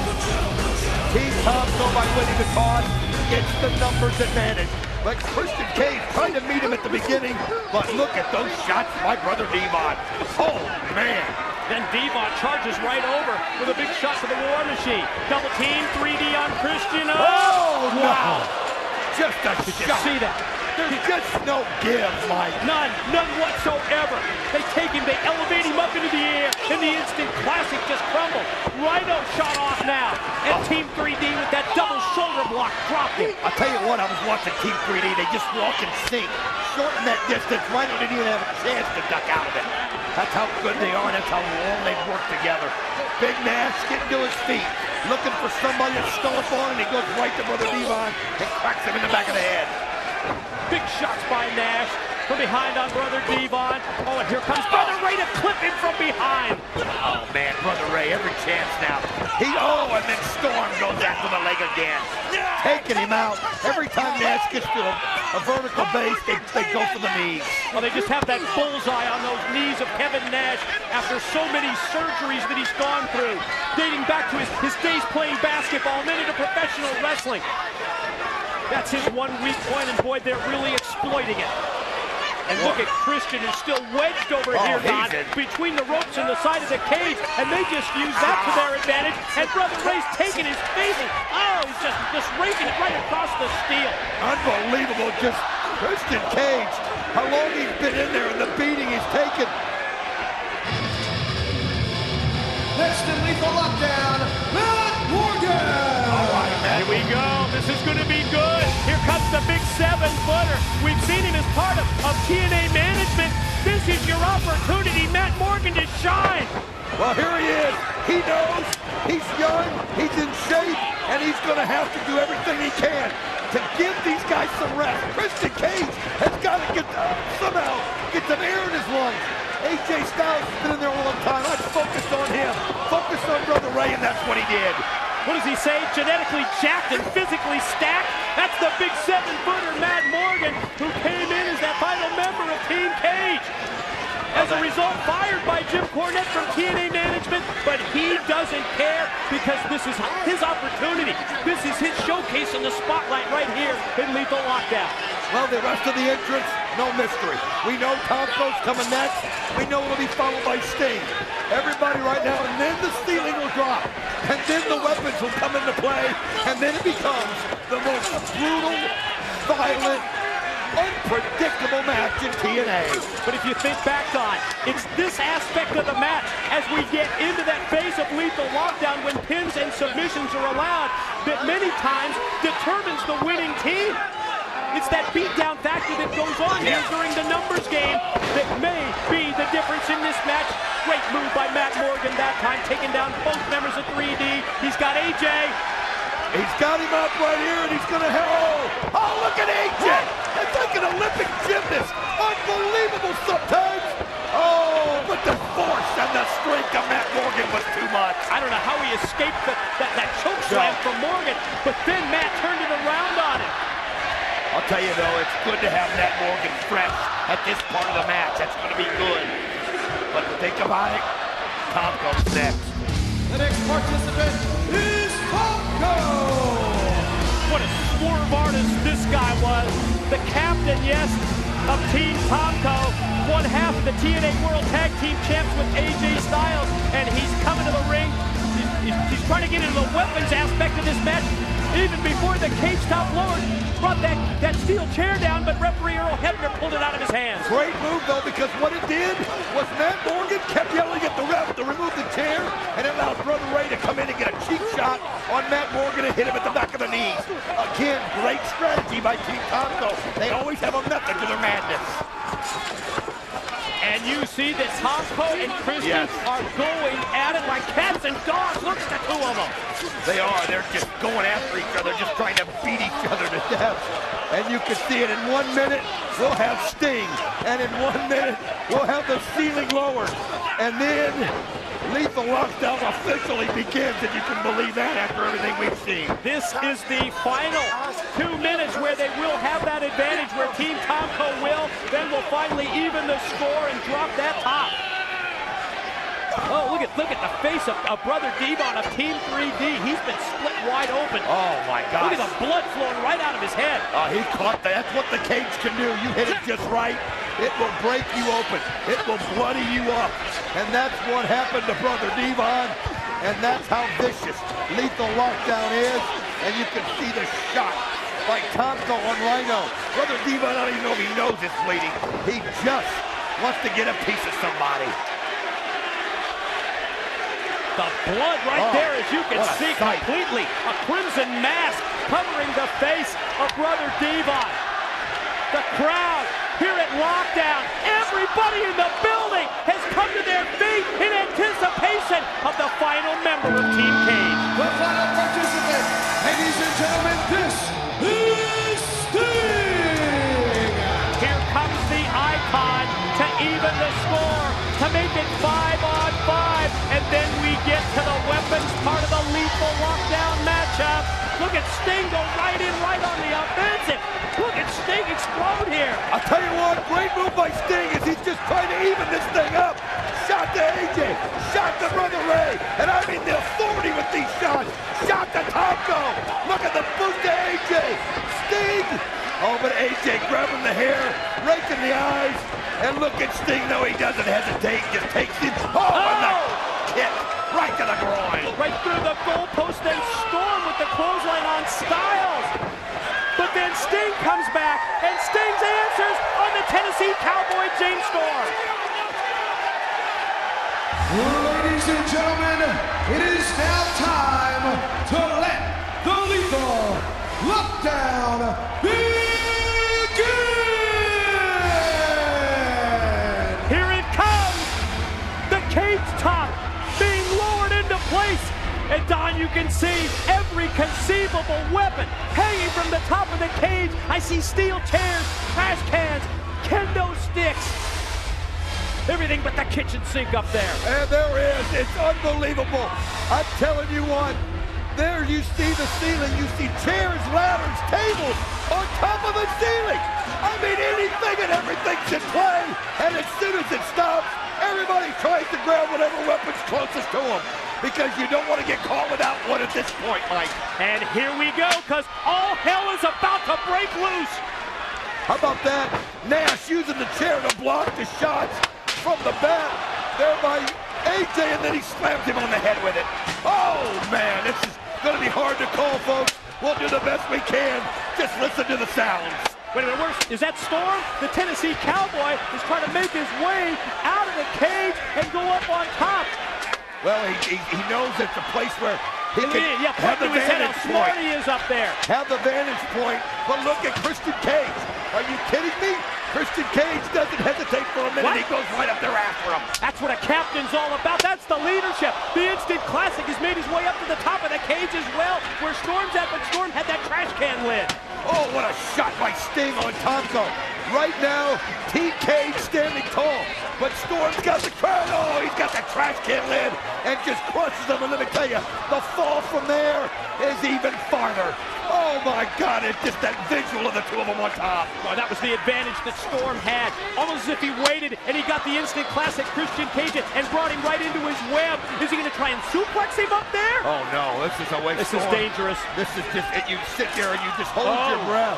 Oh man, they busted right through the cage. He sure did. They busted through the cage, the force of the weight. Oh my God, Storm almost went through. Oh God. Oh no. Oh, and he puts him right on that bar. Right on that bar that helps support the ceiling. You can see that Storm's leg, it's almost as if it's trapped right through the hole in the top of the cage. Oh, the danger factor involved in the trash can lid shots, one after the other from Christian. Look at the shots, and look at Storm. He's trying to fight going through. And you can see Christian knows he's got the advantage. Unbelievable as there's guys just beating each other up in the ring. Oh, look at this, the double team on Rhino. The double team by Team 3D. Team 3D takes care of the War Machine. And Brother Ray with that trash can, squaring off with Kevin Nash. Look at this double choke slam. The two 7-footers, Matt Morgan and Kevin Nash working in unison. But then Tomko with the steel chair. Oh, God. What a shot to the head. Oh, the drop kick by Sting on the chair. This is just unbelievable. going for the Scorpion. Can he end it here? That's right. We're at that point of the match. The referee, Earl Hebner, inside the cage. Earl's going to get over there and check to see if Honko's going to tap. And AJ with the kendo stick breaks up the Scorpion. Look at AJ Styles. He's cleaning house with the kendo stick. Keep in mind. Oh, wait a minute. Look on top of the ceiling. Christian Cage is setting up a table. You got to be kidding. Christian Cage is setting up a table on top. Did you see that AJ Styles, all of a sudden his attention Look at was AJ. up there because AJ thinks that he's going to try and help Storm. And look how quickly AJ goes up to the top of the cage. Oh my gosh. What's he got? Oh, what a shot. What a shot. And now he's able to just put Christian on top. It's backfired. He wasn't counting on AJ climbing up, Mike. Styles, how quickly he got up to the top of the cage to help his tag team partner in the lethal lockdown, James Storm. What? They got the ladder. Oh my gosh. And you just... Please. No. I'm begging you. I'm begging you at this point. This is too dangerous. This is too dangerous. AJ, what are you thinking? Oh my God. What are you thinking? AJ, don't do this. He's climbing the ladder. Look at Christian though. Christian able to get up. Christian got up and Storm doesn't know it. He hits it from behind. He doesn't have any idea. And Christian's got it. Christian going up the cage. What is he doing? Oh my God, folks, if you could see this from our vantage point, you can see it right there. That tells the story. Holy cow, AJ. Christian, both of them. Look out, Oh my God. Now Storm's going up on the side behind Christian. No, oh, you can see Storm falling down. It's Christian and AJ trading blows. Oh my God. Oh my God. Look out. And there they both go. Right through the table onto the ceiling. Unfreaking believable.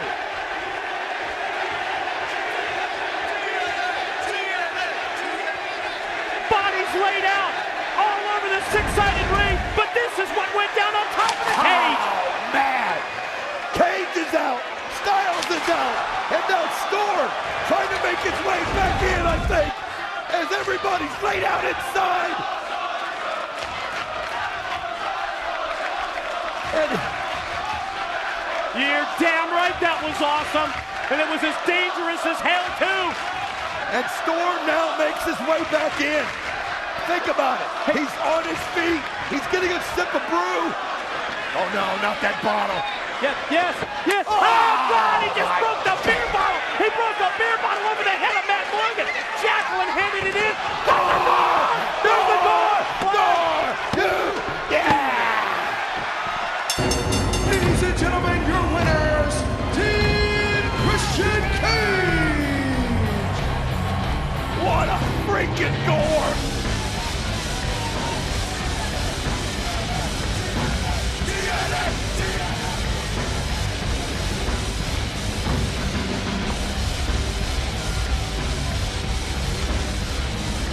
Every picture tells a story as you look at the lethal lockdown, six sides of steel. The War Machine Rhino hits the gore to get the pin. Yes, Team Cage victorious.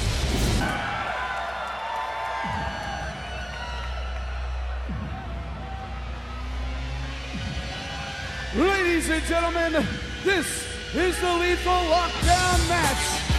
Introducing the first two participants.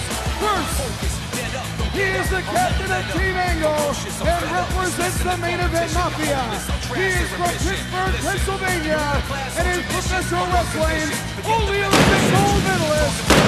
He is Kurt Angle. Probably not a surprise that Captain Kurt Angle leads the charge for the Main Event Mafia, leads the charge for Team Angle, and he is going to be competing in the opening session, which is 5 minutes long. He will not ask anybody to do anything that he wouldn't do himself. That's what makes him the Godfather. That's what makes him the leader of the Main Event Mafia. Confidence is high, and they can look to him and know he'll be there to the end.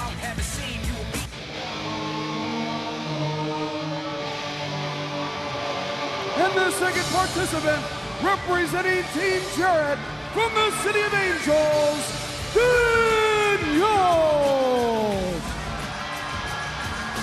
This, to me, is always one of the interesting aspects of Lethal Lockdown. In the past, more occasions than not, the normal procedure is that the respective captains from each team start the match. That's not the case now. Just back in TNA, returning Thursday on Impact, Daniels to start off against Kurt Angle. To me, this shows me that Jeff Jarrett has all the faith in the world on this young man. That's not what it shows me. It shows me that Jeff Jarrett's not willing to do everything that he would ask of his teammates. Like I just said about Kurt Angle, to me, this just raises more questions on Jeff Jarrett's real motive, and it's going to be interesting watching him here tonight. The intrigue so thick, so deep in this match. And much of it has to do with the order of entrance that the captain picks.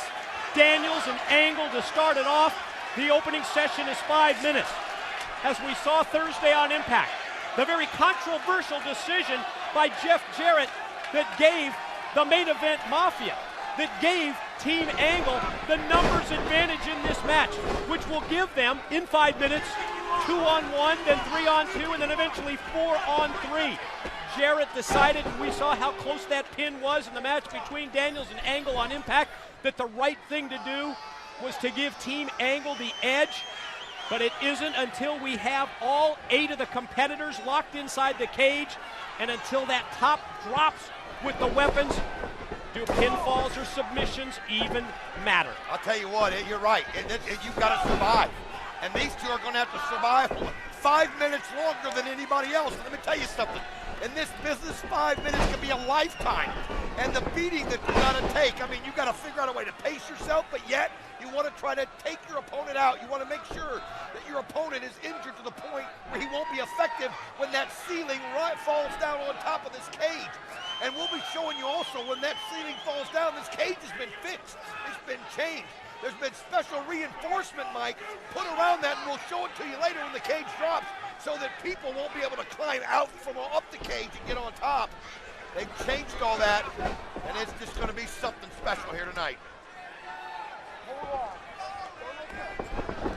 Daniels with the side headlock. Angle tries to get the momentum rolling and shoot him off into the ropes. Smart move by Daniels, however, maintaining the grip, and at the same time, you saw him spread his legs to keep that contact.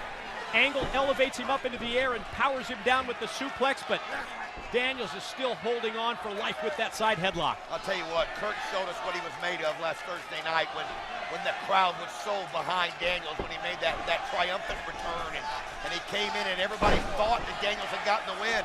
And Kurt was consistent through it all. You got to give him credit. He knew he got that shoulder up. He knew that Daniels had both of his shoulders down, and that was just something special. And he stuck it out until the best decision Jeff Jarrett did. When you look at the replay, it was obvious that Kurt did.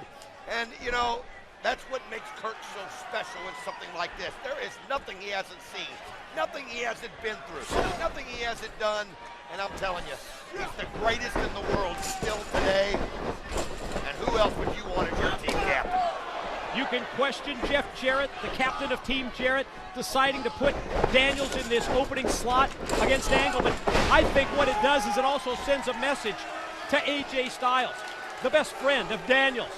I think it sends the message that Jarrett has that faith in Daniels, that Jeff Jarrett is about the loyalty and the integrity to his team.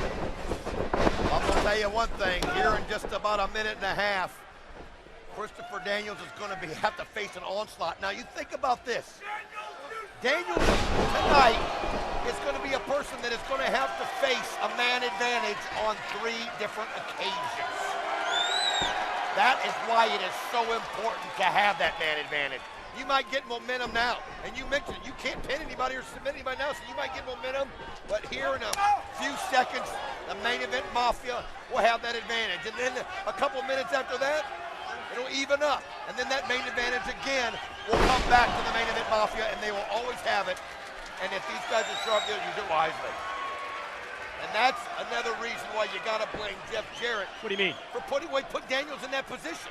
That's why I think the team captain should be out there. That he's the one that would, I mean, if Jeff Jarrett had made himself first, like you have in the past, and that team captain was out there right now, it would be Jeff Jarrett that would have to face that man advantage on every occasion. Instead, it's going to be Daniels, it's going to be AJ, and it's going to be Joe.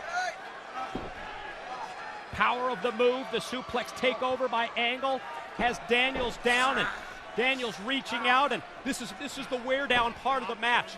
This isn't where Angle is looking for a quick pin or a submission here to win the match, because that doesn't come into play until the weapons get lowered into place. But it's the build-up through the match. How much pain, how much punishment, and the countdown clock approaching 10 seconds till we get to the next competitor. And the Koji clutch! The Koji clutch, and this is a submission hold. This isn't about Angle tapping out, though. This is about keeping Angle neutralized, and we knew it's main event Mafia man advantage time. Representing Team Angle, Booker T!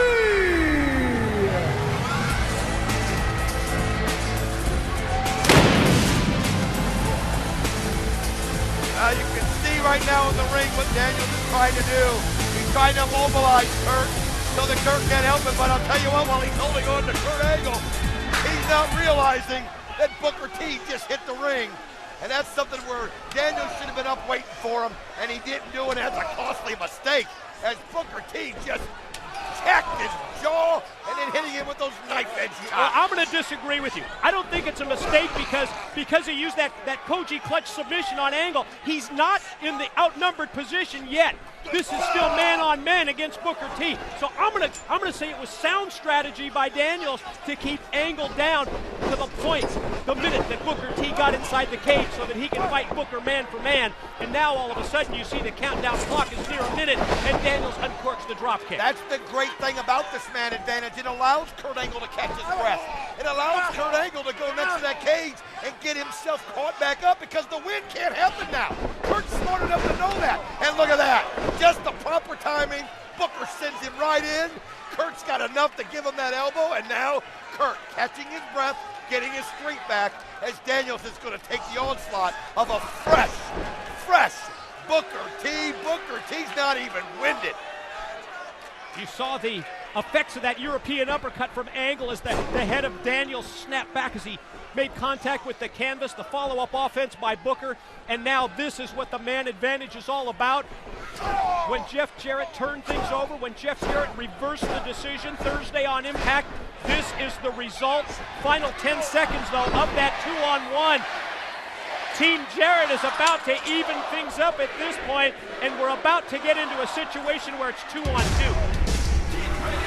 Representing Team Jarrett, he is the phenomenal AJ Styles!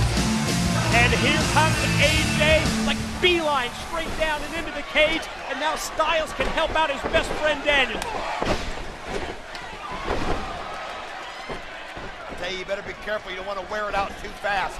You come in there, and I mean, you want to make sure you even things up, but there's still a long way to go. It's about pacing here. It's about surviving. It's about finding your spots and your moments to get your break. But you got to admit, watching them, you can see how reinvigorated the Daniels and AJ are working together again. You can see that. Yeah, you've got to admit, as you look back at the near 7-year history of TNA, think back to one of the most impressive tag teams that we ever saw in this organization. They held the TNA World Tag Team titles, and you're seeing AJ Styles and Daniels working together. You remember that, don't you? Oh, absolutely. I mean, these two are two of the best that we've ever seen. And you heard Kurt mention it. Hey, they're younger than we are. They're faster than we are. They're better athletes, but it's all up in the head. That was the important message he was sending. He knows these guys got heart. It's not a matter of knowing they don't have heart. I don't know anybody's got more heart than AJ Styles, but I'll tell you what. Wow. It's all about having the brains to get this thing done. But yeah, these two guys are incredible. How can you deny that? Perfect execution of the gut-wrench suplex by Daniels on Angle. The two who have been battling over the Legends Championship, AJ Styles and Booker T, fighting on the far side of the cage. Daniels the reversal and then nails Angle and almost takes his head off with a clothesline. The thing is, though, you're doing this, and you got to give them credit because they have totally taken control of this match. But here in about 10 seconds, that control is going to change as another member of the Main Event Mafia will come out here. And look at Booker T. It's almost like he knows it's getting ready to happen as he turns things around. Representing Team Angle, Big Papa Pump, Scott Steiner! There's a reason that on Impact we devoted so much time and several weeks of matches to build to that lethal lockdown man advantage, and you are seeing why, because now it's gone from 2-on-1 to 2-on-2 to now 3-on-2, and those Steiner lines are having an incredible amount of impact as Big Pump Scott Steiner is laying out both Daniels and Styles, and here goes a belly to belly. Oh, man! Unreal. That's what we were talking about. Look at Booker T and Kurt. They are over in the corner. They're catching their breath. Daniels and AJ don't have that option. They've got to deal with a fresh, hot, Big Papa Pump. And Big Papa Pump is doing what he does best. And oh, are you kidding me? He wouldn't. Are you kidding me? A little Frankensteiner.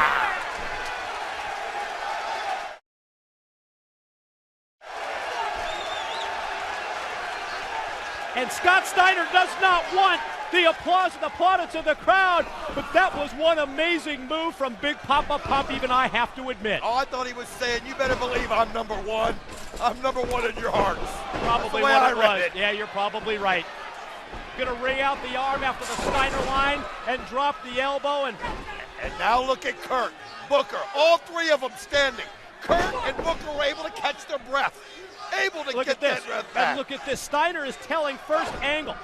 The follow up with that elbow drop. Turns it over to Booker, and now Booker with that kick. And AJ is taken down. There goes Daniels. Booker moves out of the way, and Steiner line drilled him. I mean, they're just taking it to him. And again, this is a situation where I can't stop saying enough. That team captain should be there. We're 10 seconds, we're less than that, 5 seconds away from evening things up.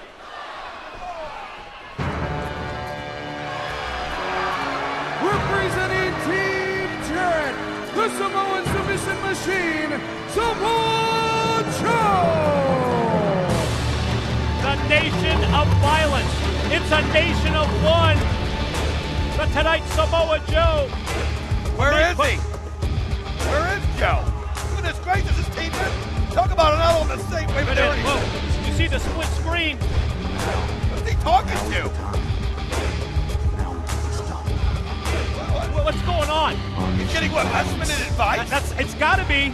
It's only beginning. I'll tell you what, he's not helping his teammates. It's got to be some last-minute instructions that Samoa Joe is receiving from somebody, but I've got no idea. It was hard to see on my screen, but the bottom line is, oh, wait a minute. Here comes Joe. And here comes the nation of violence. Samoa Joe hits the 6 sides of steel, and now it's evened up once again. Whoa, there goes Steiner for the ride. Wow. I'll tell you what, though, the thing is he cost his team time. I don't know who he was talking to in the back, but the bottom line was he didn't get out here at the proper time, so think about the Main Event Mafia. But right now, Joe, he's taking advantage of the fact that he's fresh and they're not. Holy cow. Quick snap on the slam on Booker. But then Steiner comes from out of nowhere and catches Joe unaware. But immediately Samoa Joe fights back, first with the kick, then with the chop, and then off the ropes and drop down with the senton. Well, process of elimination, and correct me if I'm wrong at this point, it's going to be down to Nash and Jeff Jarrett for the final 2 slots. And how convenient that Jeff Jarrett's going to be the last guy in when everybody else has been in there about, what, 12 minutes? Last 5 seconds, countdown 13. clock on the screen, and all of a sudden it's going to be, once again, advantage Mafia, advantage Team Angle. Representing Team Angle, Big Sexy Kevin Nash! And he's back, and you can see the elbow that sidelined him for several months. The staph infection, well protected. Oh, God! And Samoa Joe kicked the cage door right in Nash's face. Joe's flinging around the steel steps. Look out! You're supposed to let him in the cage. I mean, he come out here and try to stop it. Look at this. Big Sexy, unbelievable, able to stop it, throw him into the steel ring post. Wow. Oh, man, how impressive was that? Nash comes in, takes that brutal onslaught by Joe, and then look at this, Joe's not even in there to help. Oh! And a powerful choke slam by Nash on Styles. Big side slam for Nash on Daniels. And Joe finally rolls back in. Joe, series of shots. The big right hands have Nash reeling. I'll tell you what, though, it's just great to see Kevin Nash back in the ring. I mean, you got to admit, that staph infection was scary. We saw him with a tube in his arm for 3-4 months. And the fact that he's back in there right now, I mean, it's got to be heartwarming for the main event Mafia because he's such a wonderful person. Pele kick by AJ drilled Steiner in the top of the head. He never saw that one coming. You never do. You got to admit, you never do. Daniels to the top. BME, best moonsault ever. But it's not going to lead to a pin because we don't have the final man in.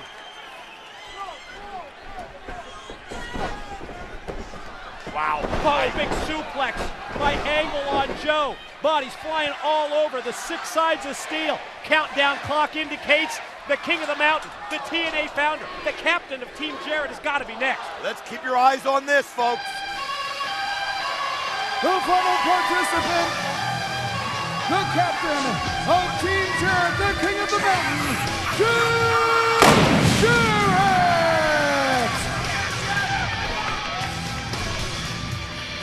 And as Jarrett enters the cage, Angle is ready for him. Jarrett unloads the right hands for both Angle and Booker T.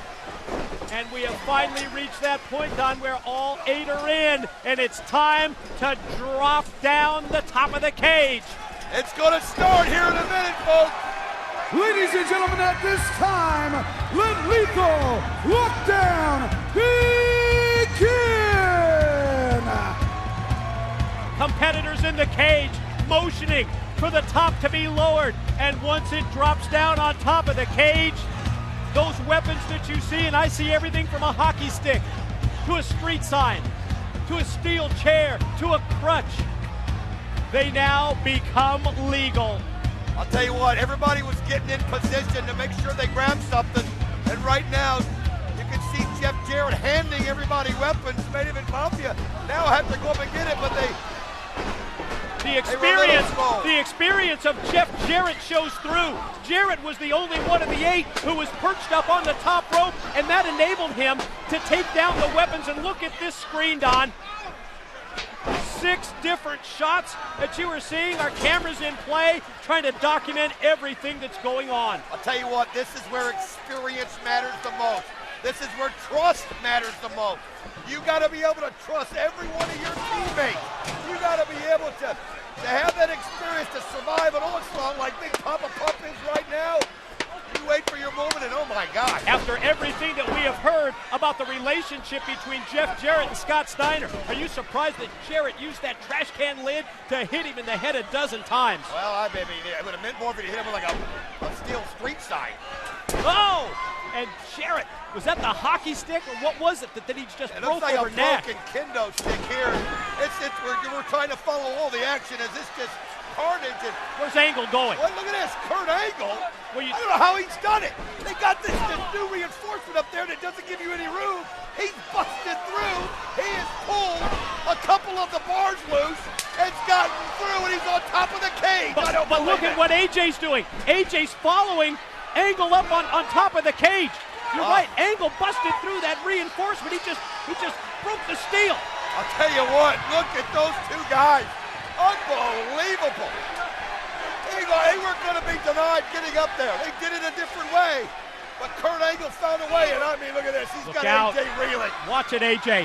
He's got him reeling. Our most dangerous pay-per-view of the year, and boy, this is danger personified. Oh, no, Kurt. Kurt. I'll tell you what, Kurt's going to send a message here in a hurry if he makes this work. Angle threatening to suplex Styles off the top of the cage, and AJ's hitting Angle, and Angle's wobbly up there. Oh no! And I mean, look out! The perspective of how high it is. You can see Kurt holding on for dear life. And I mean, that's what takes, I mean, look at this. Kurt, I mean, that fall can kill you. Let's just be honest, that fall can kill you. and everybody else below are just beating each other to death with weapons while this is going on. Angle first rakes the eyes of Styles. Hey, when you're up there, you do whatever you can. But then he kicked him low. I don't care. If I was up there holding on for dear life, I'd rake kicks. I'd do every dirty move in the book, buddy. That's called surviving. And I've got to give credit to Angle because what Angle has done is he's taken AJ out of this match. Absolutely. AJ Styles now is out on top, and look at this. Kurt's going to get the main event Mafia another man advantage. How about that? AJ can't help anybody from up there. And remember, we are at the point in the match where the first pin or first submission will win lethal lockdown. Angle slam on Jarrett. I'll tell you now, Kurt's come in with a mission. He knows he's got things under control. And you can see the main event Mafia bloody. I mean, you can see blood on Steiner. What the world? Oh my God! AJ Styles went crashing right through the top of the cage. Take another look at this. I don't think it was a good landing for Styles. Watch. Oh my God. Are you kidding? That's just unbelievable. I mean, that's just pure craziness. I don't know how he didn't break a leg or something on that. Maybe he did. Pin here by Daniels on the far side on Angle, but only 2. To try and keep our eyes on the condition of AJ Styles. You're damn right it's awesome. Steel. Trash can goes to the head of Steiner, courtesy of Samoa Joe. I'll tell you one thing, we have to be honest, Jeff Jarrett's been nothing but a team player since he's been in there. I won't argue with that. Now, this is a situation where AJ doing that incredible thing that he did has kind of turned this thing around, but look at Big Papa Pump. That's just what pure, unadulterated strength can do. Inverted atomic drop by Joe on Steiner. Big Papa Pump positioned on top. Gonna take him out of the corner. Here comes the muscle buster down. This could lead to a pin in the win. Except Booker comes up to save his partner. How about that? Jumped right over his partner and then got him with that leg. That leg that seems like it can reach all the way through it. That's right, baby. A little spin-a-rooney and turn this thing around. I don't know how AJ's even got the strength to That's stand. a miracle. A miracle that Styles is back up on his feet. Booker puts on the brakes and drives the knee right into the gut, right into the midsection of AJ. Then goes off the ropes and goes for the axe kick, but misses. Oh, look at that! Jarrett went to swing the chair at Booker. No, he didn't. That was no accident. Pin! It's it! Oh, No, only 2. Joe made the save. He tried to hit Booker with the chair. Oh, come on. He Mike, exited. today. There was no way he was hitting Booker, and you knew that. You could see Joe knows it too. He's got Jeff pressed up against the cage, questioning his actions. But what that does is it enables Angle to come up from behind and hit the Angle slam on Samoa Joe. How slick was that? You know Pin, here it is. It's over. No, Daniels leaps across to make the save, and lethal lockdown continues. Double underhook. Daniels plants Angle, pin, cover, Steiner in at the last second. I'll tell you what, though, if you're a part of Team Jarrett, you're wondering what the heck is going on. AJ just comes crashing through the top of this cage, and then his own team captain puts a chair to his head and did it perfectly, so it looked like someone was getting out of the way, and you know now that Joe and Daniels and AJ know that they're now going 3-on-5. Carnage that you see, unbelievable. Jarrett headed to take down his guitar, and now Jeff Jarrett's got the guitar, measuring Booker, pointing right at Booker. Here it goes, he's pointing at AJ. This is it. You know it's been in his heart the entire time. Jarrett just nailed Booker with the guitar. AJ cover, 2, 3. Now you're gonna question it. Ladies and gentlemen, here are your winners, Team Jarrett! I didn't see that coming. It looked like Jeff was making the other move, but obviously had a change of heart.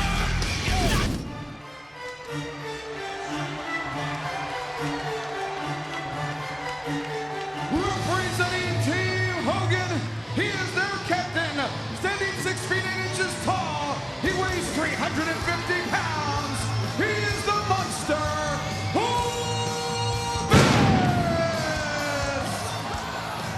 Interesting, I think, that the captain, the Monster Abyss, the captain of Team Hogan, Coming to the ring as the first individual in this match, Taz, you've got to question the condition that he's in.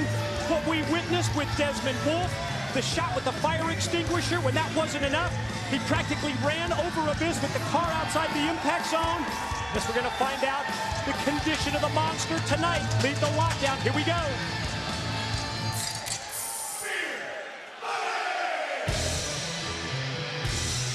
The first representative from Team Flair is from Wall Street in Manhattan, New York, Robert Roode.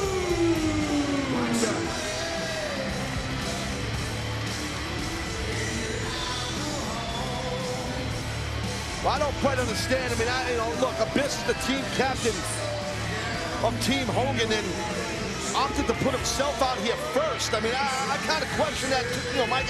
I don't get it.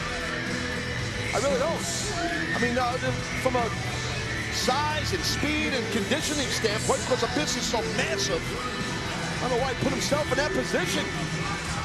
Got to touch on it once again. You recall that interview earlier tonight, Christy Hemme and Hulk Hogan. The fact that Team Flair has had the number of Team Hogan, especially over the course of the past several weeks.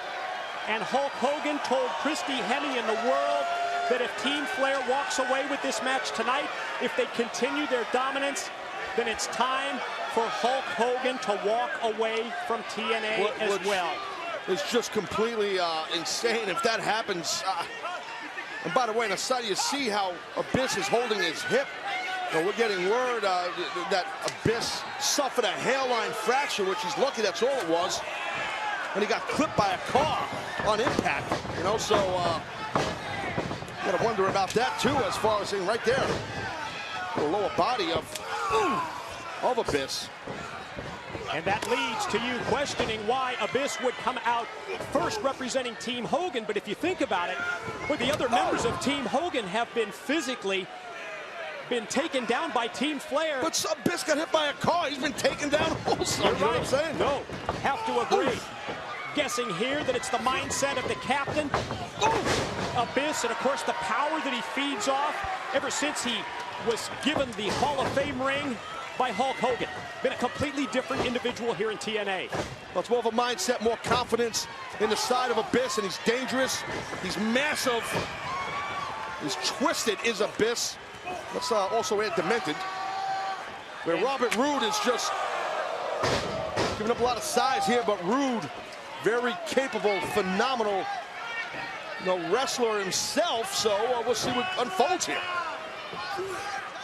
Remember, these two competitors that start off Lethal Lockdown, they're going to go for 5 minutes, and then we're going to have the alternate entrances every 2 minutes as a result of the victory earlier tonight by Rob Van Dam over the Cowboy James Storm. Team Hogan is going to have the man advantage. 2-on-1, 3-on-2, 4-on-3. What? Yeah, Robert Roode in midair. Oh, God, because that's just huge height. A basic backdrop. It's almost like falling off the top of a building. Not that bad, but it's high up. That's my point. 6'8", 350 pounds of Abyss as he tries to take Roode and power him into the side of the cage, but Roode is able to stop just before he goes into the steel. Those massive mitts, those gigantic hands of Abyss, able to power out and stop himself getting driven into the steel cage. I've never seen a guy get his eyes raked with a mask on, but I guess you could fit your fingers in the right in the eye hole, sure. You ever wear a mask, Mike? Oh! Well, I'll tell you what, Roode might be wearing a crimson mask here shortly. If he is bleeding, I don't know if it's happened, but he went face first into that steel, did Roode nasty. Yeah, you got a 300-pounder with all of his power and strength driving into the side of the cage. That's what happens. You pointed it out earlier, Mike. The steel cage is a weapon. And it's as vicious and violent as it sounds, you have to use it to your advantage here. It's part of the match. It's a reason that this is no disqualification, that this is anything goes. Here comes a 350-pound freight train into the corner. Roode with the quickness. Oh, and nice. Snaps the neck of Abyss as he comes springing off the middle rope. Tremendous execution of every move that Robert Roode does. Tremendous upside, in my opinion, of Robert Roode. Fine competitor. And Roode gets right on Abyss. 1 minute remains in the initial time period. So we're 4 minutes in to this opening 5-minute time period. We're going to alternate entrances then every 2 minutes after this.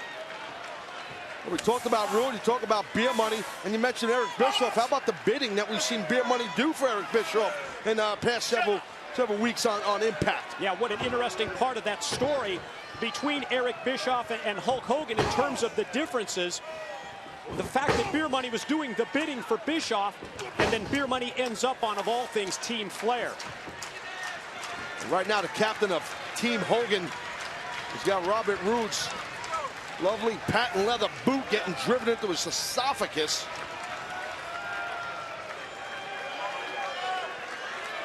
About 10 seconds. 10, 9, 8, 7. Countdown 6, here in anticipation. 5, Must have a clock 4, in your head. Who's 3, coming out next? 2, 1.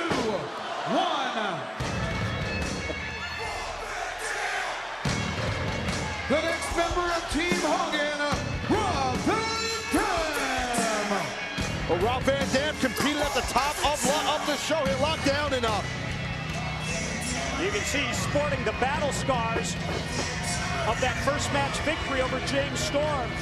It certainly was an important win because it's going to set the tone for this match as it gives the numbers advantages to Team Hogan. Oh. Yeah, not quite sure if Van Dam got a stitch or two in his forehead, but Van Dam continuing what he started early tonight, except this time it's the other half of Beer Money that he's beating on. Fortuitous on the part of Roode that he beat down Abyss to the point that it's just RVD that he's got to deal with now because the monster is down, but RVD doing pretty well even without the help of his partner.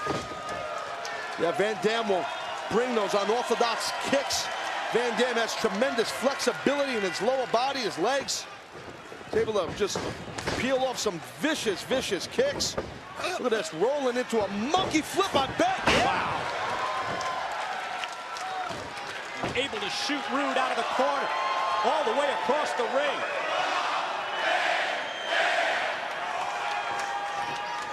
Well, Mr. Pay-Per-View hitting a little rolling thunder on Robert Roode, and it hits the spot. Looks like that wound that looked like it maybe opened up. It looks like on the right side of Van Dam's face, like some of the blood maybe is trickling down, or a little help, Mike? What do you think? I think that's the case. Remember, we do not determine a winner in this match. Yep, there it is. Until all of the competitors are inside the ring. The top of the cage is going to lower. Yes, the weapons are attached to that. Well, who's next here? Only from that point going forward can we have a winner. Who is next from Team Flair? And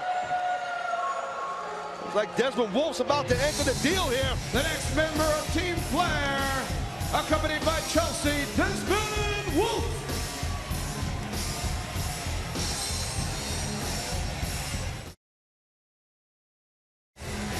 Desmond Wolf has got the lovely Chelsea next to him.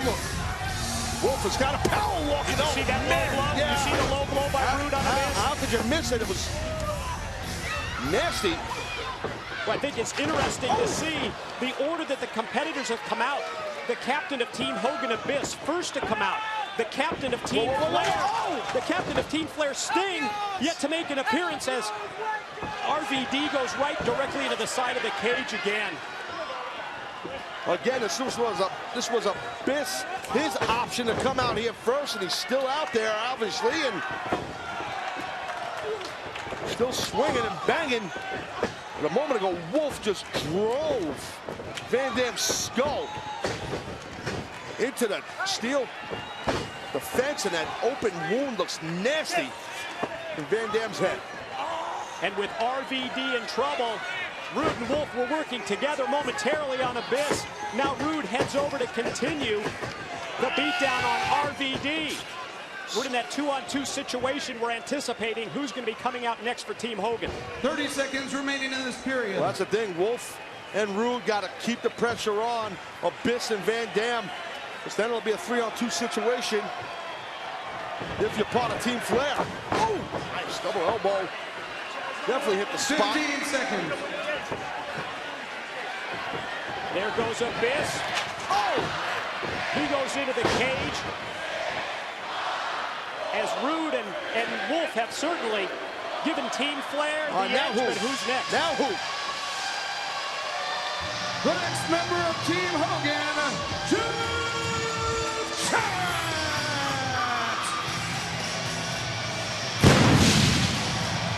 And Taz, you talked about how interesting it was that Beer Money Incorporated ended up on Team Flair. How about the TNA founder, Jeff Jarrett? The alignment with Team Hogan, that just coming after all the issues, the differences that Jarrett had with Eric Bischoff. Well, yeah, I know, and right now Jeff Jarrett is hitting anything that moves as long as it's not a member of Team Hogan. We said it from the outset. After RVD won the first match, we told you that the pace and the tone of the Lethal Lockdown match would be in favor of Team Hogan because they have the numbers edge, and here you're seeing it. Oh, absolutely. It's playing an effect in a big way here, Mike, to your point. The man advantage that Team Hogan possesses. Watch this. Jeff Jarrett taking both Wolf and Rude out. A little help from our steel cage. Jarrett on absolute fire from the second that he entered the cage. Oof! He went for until then. Caught a powerbomb and watch the catapult. Jarrett sent into the side of the cage by Rude. Team Hogan members are just getting shot into that 30 cage. seconds in this period. See Desmond Wolf taking RVD with the wound already opened up on the head of RVD and raking him across the steel cage. And Wolf in the corner, it looks like he's trying to take the ring, the Hall of Fame ring of Hulk Hogan off the finger of Abyss. Oh yeah, remember, I think Chelsea wants that ring. Remember she said, I want it.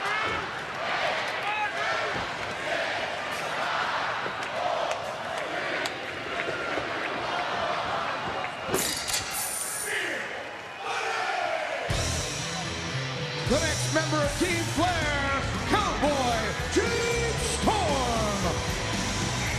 Well, you can see Storm, he's kind of hurting, holding his back a bit. And, you know, physical matchup to kick off Lockdown tonight. And Storm not exactly on the hop to get in his ring. He's just going down that brewski.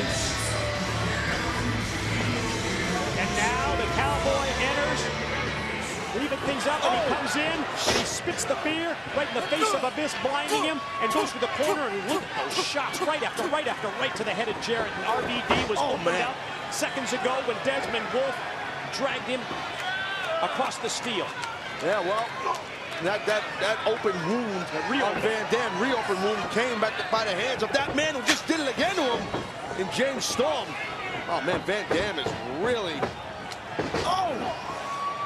Rob is split open bad. Oh God, look at him. Storm just gnawing and chewing on the head of Van Dam, the open cut as the blood flows out of his head. Well, Team Flair looking sharp right here, but Jeff Jarrett able to drop Robert Roode, and maybe that's the life that maybe Abyss can feed off of, or Rob Van Dam. 30 seconds remaining in this time period. I guess Sting had a captain of Team Flair, kind of taking a shortcut and not looking to come out here early. The captain, Sting, obviously going to be coming out in the spot that's last. 15 seconds. We narrow things down and waiting for the entrance of Jeff Hardy. Chelsea's concerned, I would assume, for Desmond Wolf, but 4, 3, 2, 1. Jeff Hardy, obviously, and the final member of Team Hogan is the charismatic enigma, Jeff Hardy! Process of elimination tells us that it's Jeff Hardy next out for Team Hogan, and of course Sting. Where is he? Where is Hardy? There's no time to waste here, and you know, he sustained that massive. Look, wait a minute. What's going on here? We're backstage, and Jeff Hardy's down. And the icon Sting standing above him with the baseball bat in his hand. Ah, wow, can't go down like that. Come on now. Sting just eliminating Hardy. Jeff Hardy never having a chance to come out and compete in this lethal lockdown match. This is ridiculous. With the way that Storm is taking RVD. Well, I mean, it's legal, Mike. You're right. I don't blame Storm. I mean, he's, you know, he lost the match for his team, did Storm. He's probably livid over that. That attack by Sting in the back on Jeff Hardy, think of what it does in terms of neutralizing and taking away that 4-on-3 advantage that Team Hogan would have had at the same time. Jeff Hardy laid out back there. We can assume, obviously, that Sting must have did some damage with that baseball bat. 30 seconds remain in the final time period. I assume Hardy wanted to get some redemption after getting a massive fireballs in his face by James Storm. 15 seconds. Oof. Now like Abyss now. 10, Team 9, Hogan's kind of picking it up a little bit. 7, 6, well, you know what this is. 5, 4, 3, 2, 1.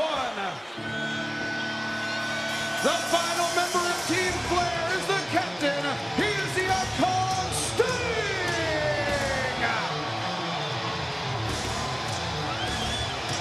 We can only presume that the baseball bat that Sting has on his shoulder is the weapon that he used to attack, lay out Jeff Hardy, and prevent Hardy from competing for Team Hogan.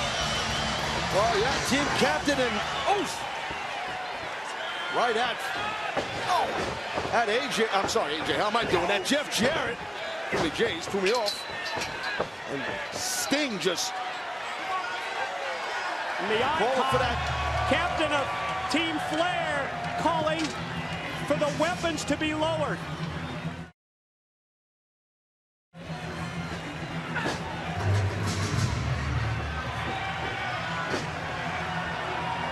Outnumbered.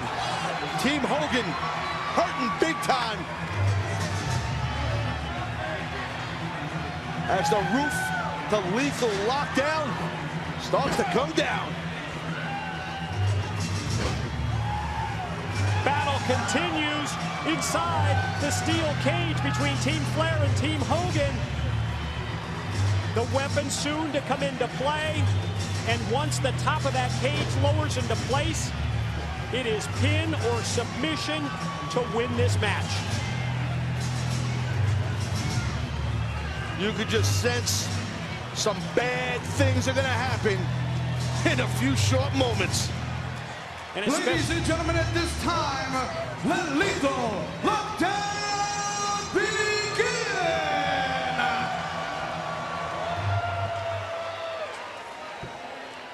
This is all legal here. See these men going up and getting a hold of whatever weapon they can grab and go! And again, keep in mind, with Jeff Hardy laid out in the back, numbers game goes here, the big advantage. Oh my God! For Team Flair, and they are using the weapons to continue the advantage that they have.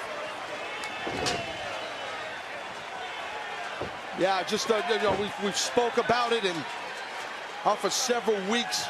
It's just been Team Flair has always been one step ahead of Team Hogan, and it continues here.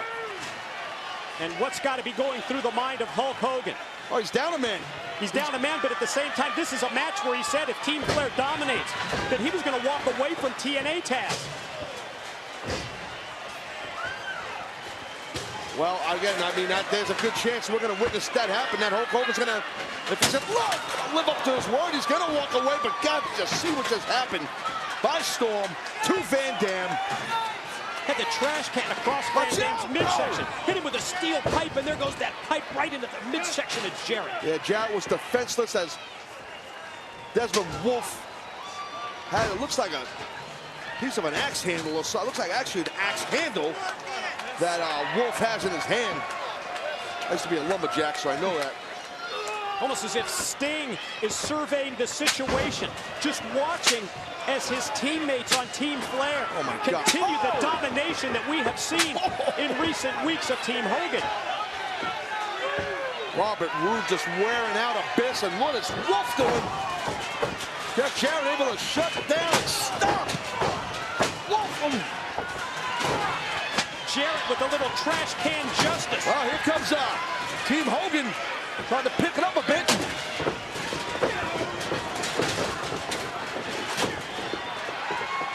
And Sting back with the baseball bat. God, oh. Yeah, Sting is just doing some deadly damage for a few moments with that bat. Now stepping on the fingers, it seems, of Van Dam, and he did it to Jarrett also. Yeah, in terms of the lineup for Team Flair, it was Sting batting in the cleanup spot, number 4. And he comes to the ring with the baseball bat, and this destruction of Team Hogan continues.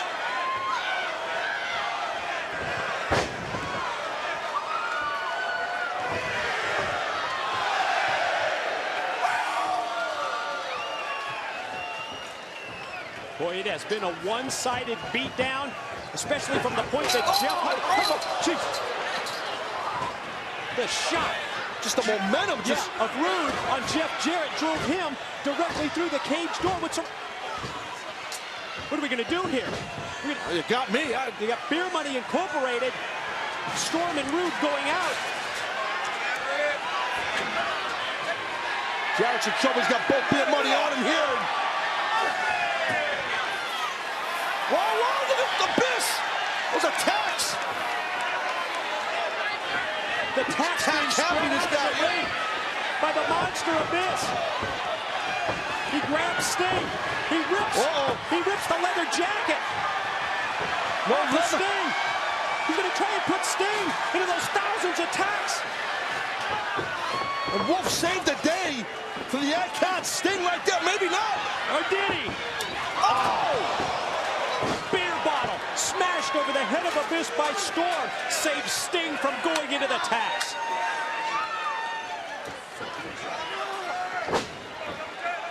I mean, the numbers here are way too much, especially now with Jarrett out of the cage. Yeah, well, not only Hardy in the back, but Jarrett out here on the floor.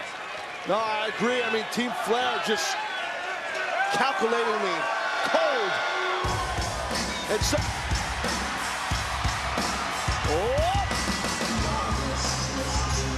Well, that's Jeff Jarrett.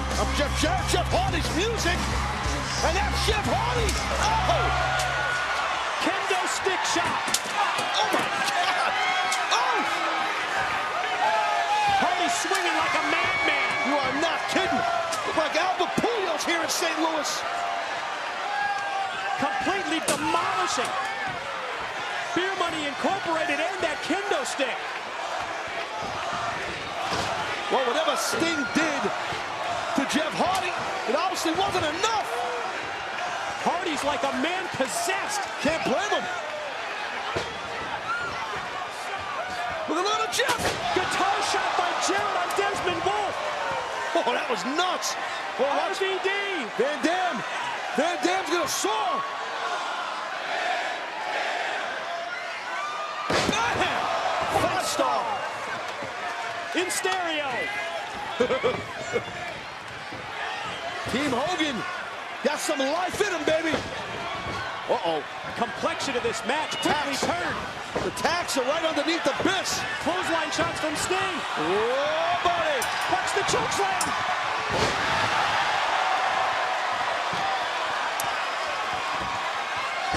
Sting just landed spine first on the tacks. As the outcome goes into the tacks. Where's Hardy go? He's climbing the side of the cage. You know, I see that, but what is Hardy going to do up there? Hardy's a little bit reckless for those that don't realize that. So Lord knows what he's going to do up there. He was challenging Beer Money Incorporated to come and meet him on top of the cage. And Storm and Roode realized that if they both climb the side of the cage and go up there, they're going to have him 2-on-1. Oh, God, this is a dangerous proposition here. Right across the face. Man, Hardy is just... my man's getting extreme up top. This is a dangerous thing up there, Mike. These men are really high up here in this arena. Storm trash can shot to the back of Hardy. As Beer Money Incorporated, they realized that if they got up there that they would have 2-on-1 against Jeff. The hell is there a table up there? Oh, weapons and everything.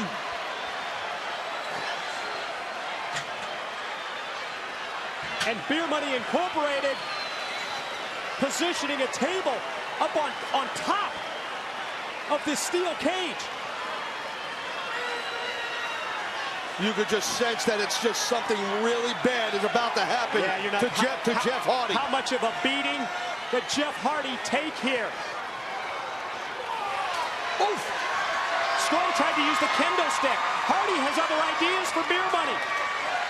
The Jeff Hardy here. Oof!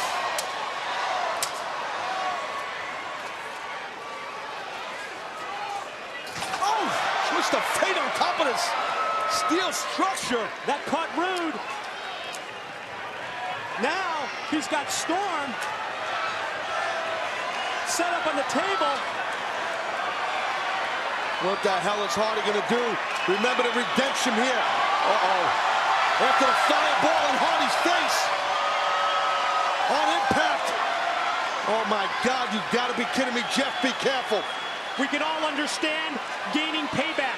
Jeff, we can all understand the revenge you want. Oh my God.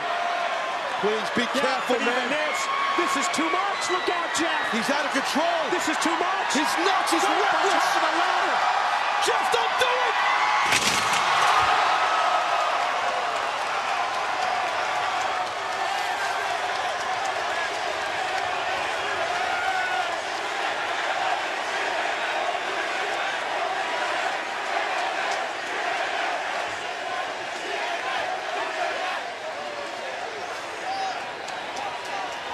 Jeff Hardy bringing high risk to a new level.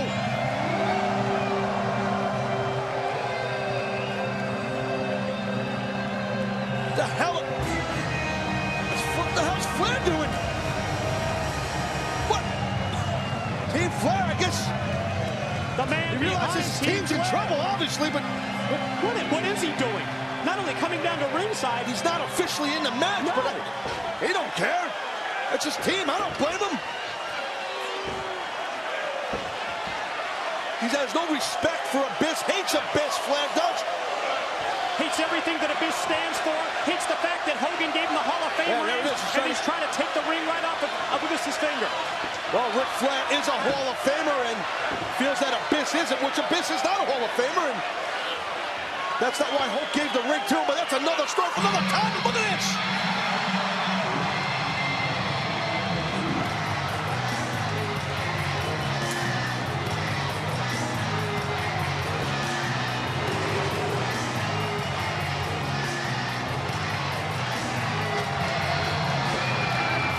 Well, that's a look we haven't seen in a very long time on Hulk Hogan's face. Look at Flair, he's trying to bite Abyss's finger off. Remember, Hogan told the world if Team Flair continued their dominance, he'd walk away from TNA. And he's not going to stand by idly and let Flair continue this destruction.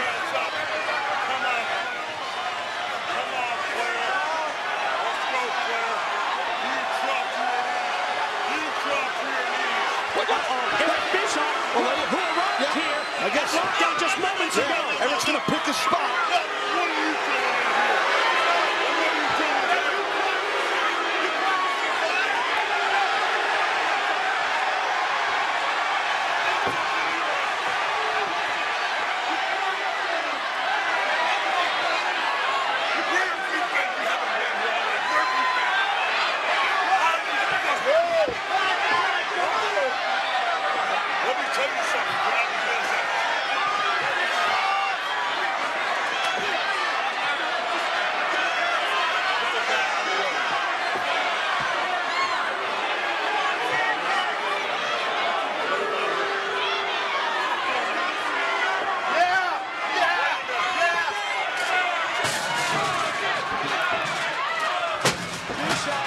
There you go, Mike. Takes the weapon away from... What? It tosses the brass knucks to Hulk Hogan. The whole world will do it. Bischoff, he is loyal to Hulk Hogan. Bischoff did the right thing here. I'm surprised. Repeated shots with the brass knuckles has opened up the head of the Nature Boy Ric Flair, the man behind Team Flair.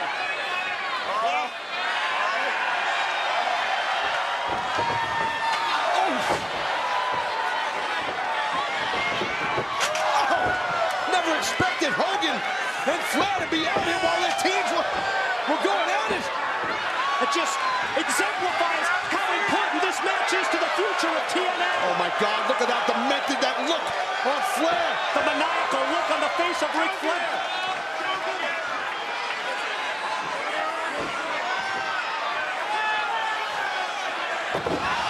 Oh my God! Back first, into the tax goes Flair.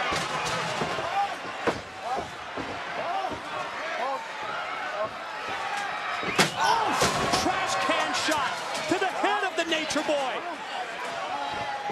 Hogan promised everybody, his family, everyone that he wouldn't get back in the ring here, but it's kind of cool to see him doing his thing, but he's thinking about doing that thing. Watch this. He's got him. He's got more.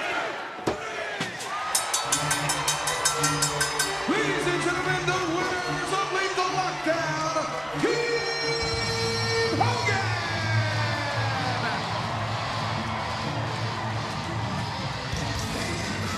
What a crazy turn of events, Mike. Oh my God.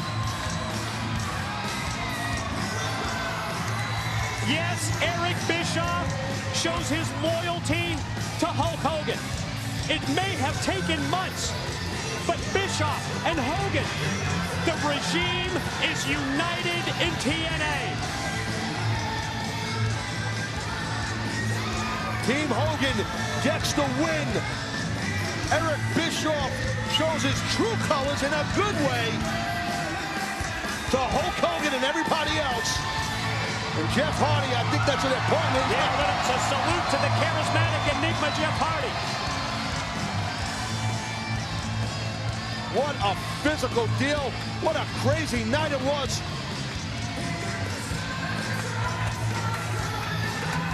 Got a new X Division champion tonight, Mike. The Knockouts champion. But that's the picture that we're all going to leave Lockdown remembering. The fact that Team Hogan is able to turn it on Team Flair in spite of all the momentum that we witnessed from Team Flair in recent weeks, in spite of the destruction. Now we go to the replays. Oh yeah, My this was God, just look at this. Jeff Hardy, the top of that ladder, the beer money, and then There's the moment of truth right there. Yeah, Eric Bischoff looked like he was going to toss those nuts over the Nature Boy, but gave it to the Holster. Holster wore out the nation right to those tacks, and then while all that commotion was going on, Abyss, Snatching Wolf, Black Hole Slam, Team Hogan, victorious.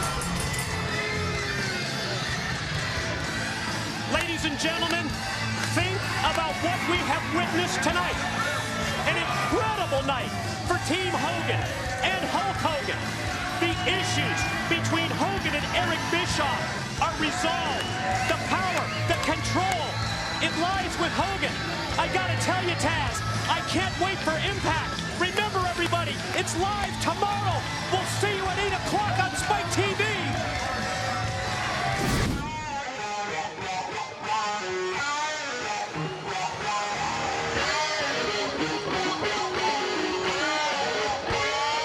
Ladies and gentlemen, the following contest is the Lethal Lockdown match. Introducing, first of all, about to make their way to the ring, representing Immortal. They are the team of Bully Ray, Matt Hardy, the Monster Abyss, and the Nature Boy, Ric Flair. countdown time. We will start things off with the first 2 members of each team battling for a 5-minute period. Keep in mind, Immortal, by virtue of their 2-0 sweep on Impact, they have the numbers game. They have the man advantage tonight. So after the initial 5-minute period, we will have alternate entrances, members from Immortal, then Fortune for every 2 minutes. Those will take place until all 8 wrestlers have entered the match. You're going to see situations where Immortal has a 2-on-1 edge, 3-on-2, 4-on-3, and only at the point when we even things up at 4-on-4 will pinfalls and submissions count. Once all 8 are into the cage, the top with the weapons lowers into place. Lethal Lockdown officially begins. And now, introducing their opponents. Representing Fortune, they are the TNA World Tag Team Champions, Bear Money, and the TNA X Division Champion of the World, Kazarian, and their tag team partner from the City of Angels, weighing in at 229 pounds, the Fallen Angel, Christopher Daniel.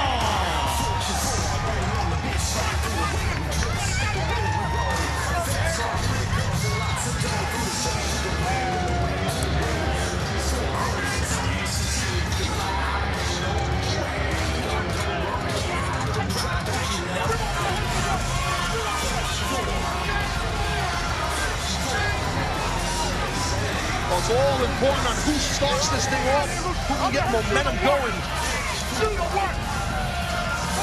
for their teams. I'm always intrigued by the pre-game planning, the pre-match strategy of teams that enter Lethal Lockdown, especially when it comes to the order that the competitors enter the cage. Yeah, that's what I'm saying. We're trying to eavesdrop a little bit, see what's going on. Looks like Kazarian will start this thing off for Fortune. Kazarian enters the cage first. Time to find out who Immortal is going to send in.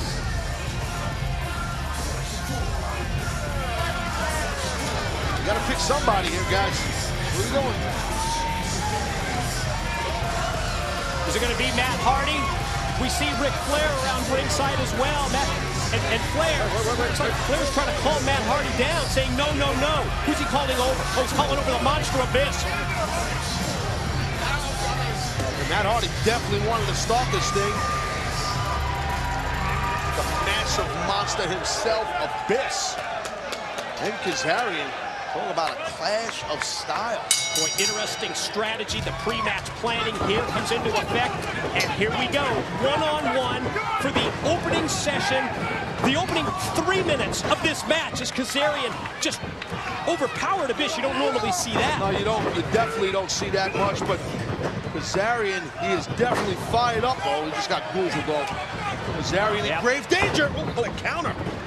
No chance at the choke slam, but Kazarian gets caught with the big boot and 350 pounds behind it from Abyss. Yeah, good quickness by Abyss. He's deceivingly fast, the Monster Abyss. Maybe quick is a better word. Wow. What a pounding down on, look at that. Power behind those punches in the corner.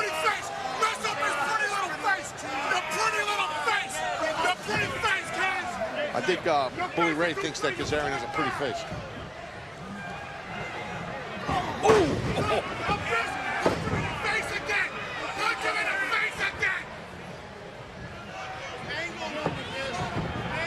Kazarian, that's just that he just can't get rolling out of the box.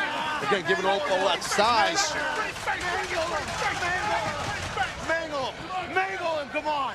Come on, Very vocal group representing Immortal around the ringside area, to say the least, between Matt Hardy and Bully Ray. Well, again, we I chatted a quick second about how important the first 2 men are going to compete against each other. We understand, obviously, that the man advantage is going to go to, because they earned it, to Immortal. But still, Kazarian's got to really have a strong showing here to get momentum going.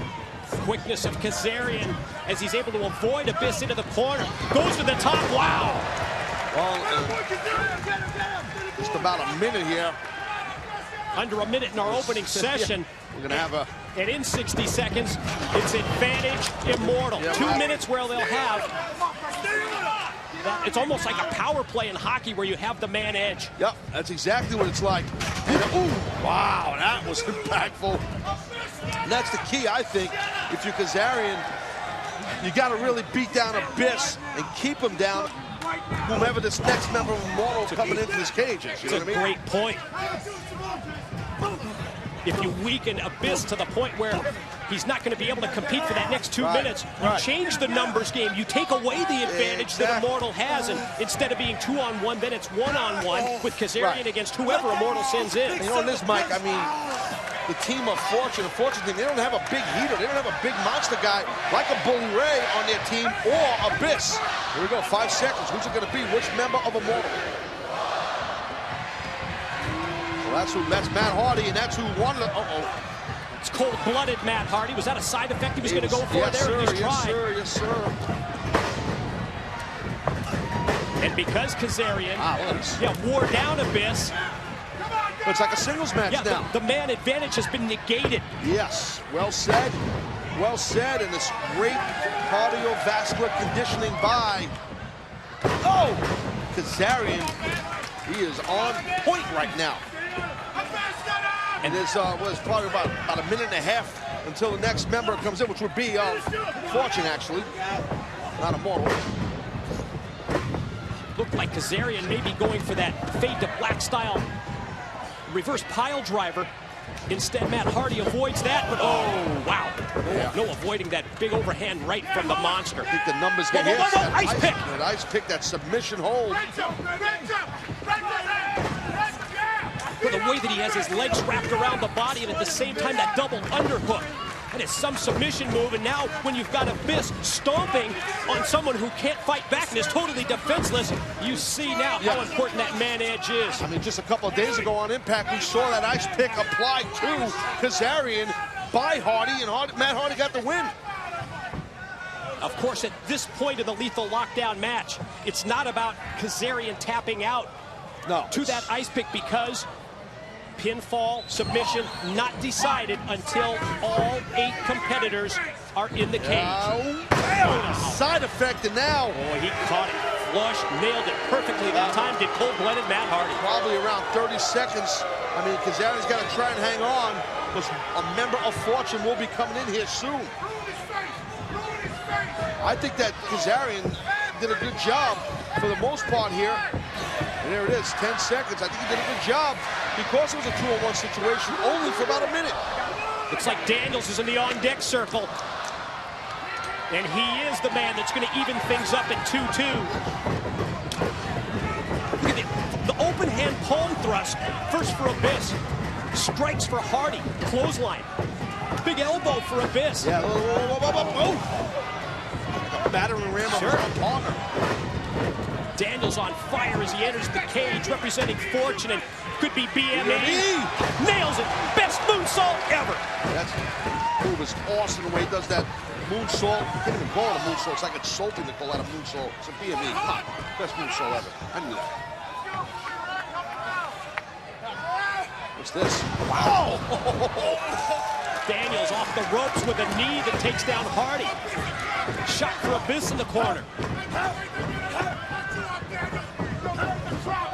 So important at this point in the match for Kazarian also to regroup. Yeah, well, get a bit of a breather while Daniels is taking the offense. That's the strategy that's important in teamwork, because they know Kazarian and Daniels, they know that they're going to have a 3-on-2 situation, which is not good for them, coming up shortly.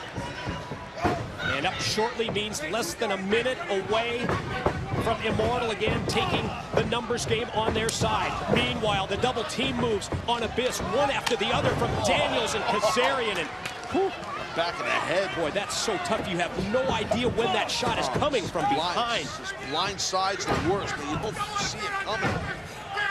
It's like being rear-ended in a car accident as the Fortune team of Kazarian and Daniels have done a hell of a job here against Abyss and Matt Hardy now that it's 2-on-2.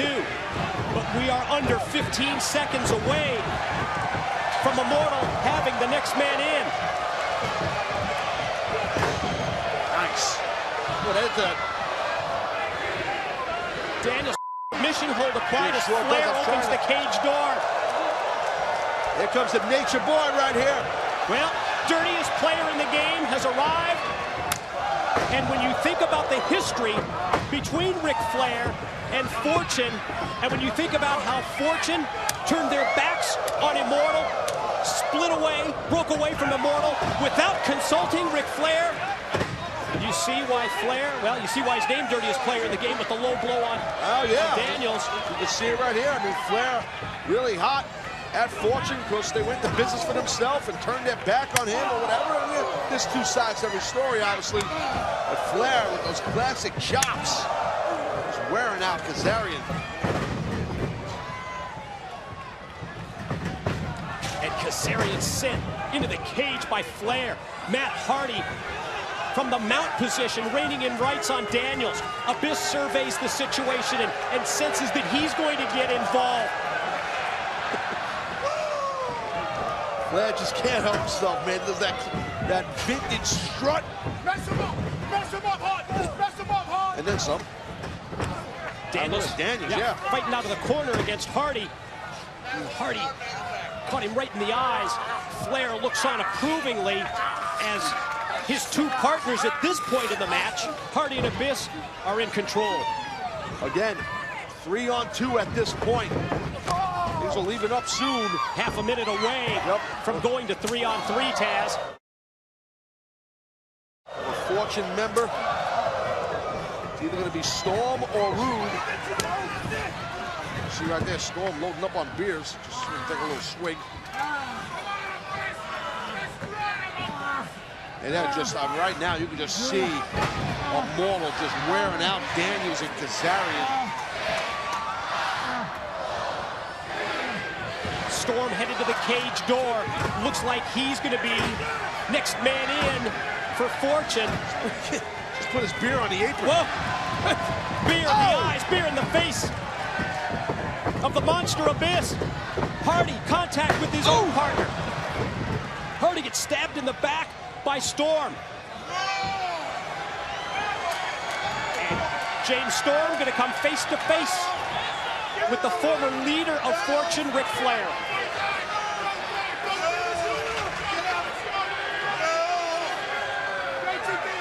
Flair asking for help, telling Abyss and Matt Hardy, get him out! Jeez, God! Whoa! Storm just broke the beer bottle right over the head of Ric Flair.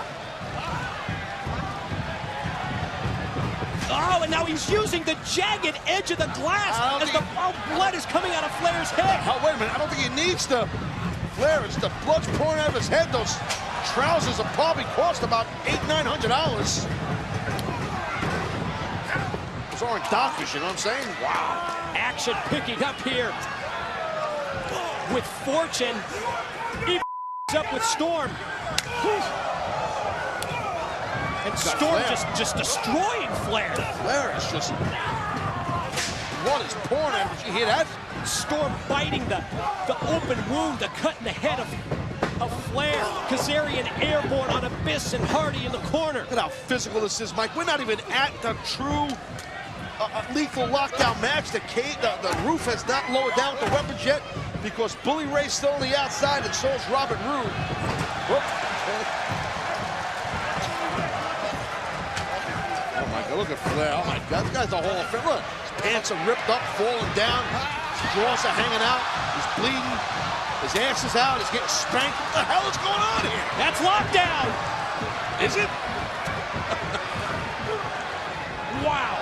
What offense by Storm on Flair for the entire 2-minute period. And now the Bully is taking over. Bully Ray, 4-3 edge for Immortal.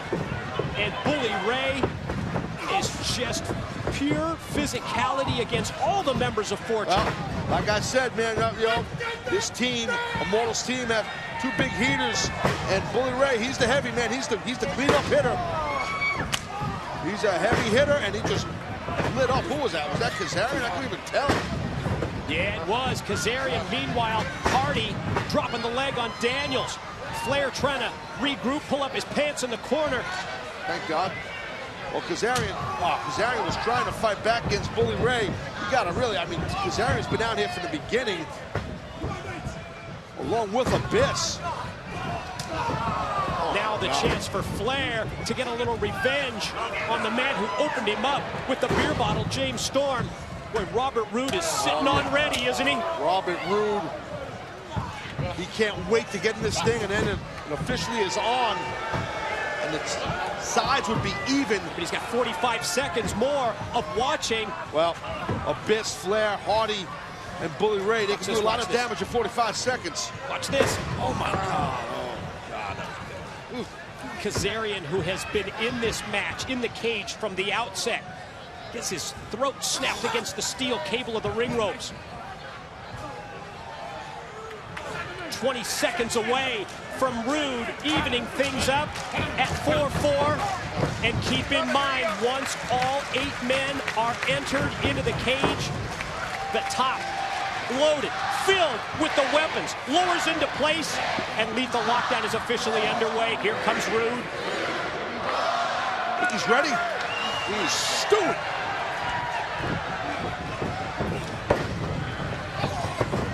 And the fresh man Roode showing the offense here against Immortal. Monster turns it around on Roode, shoots him to the corner, but Roode gets the boot up. You heard right there. Oh! Robert Roode scream out Fortune. Showing respect for his team, but right now his team is just done. They're out, down.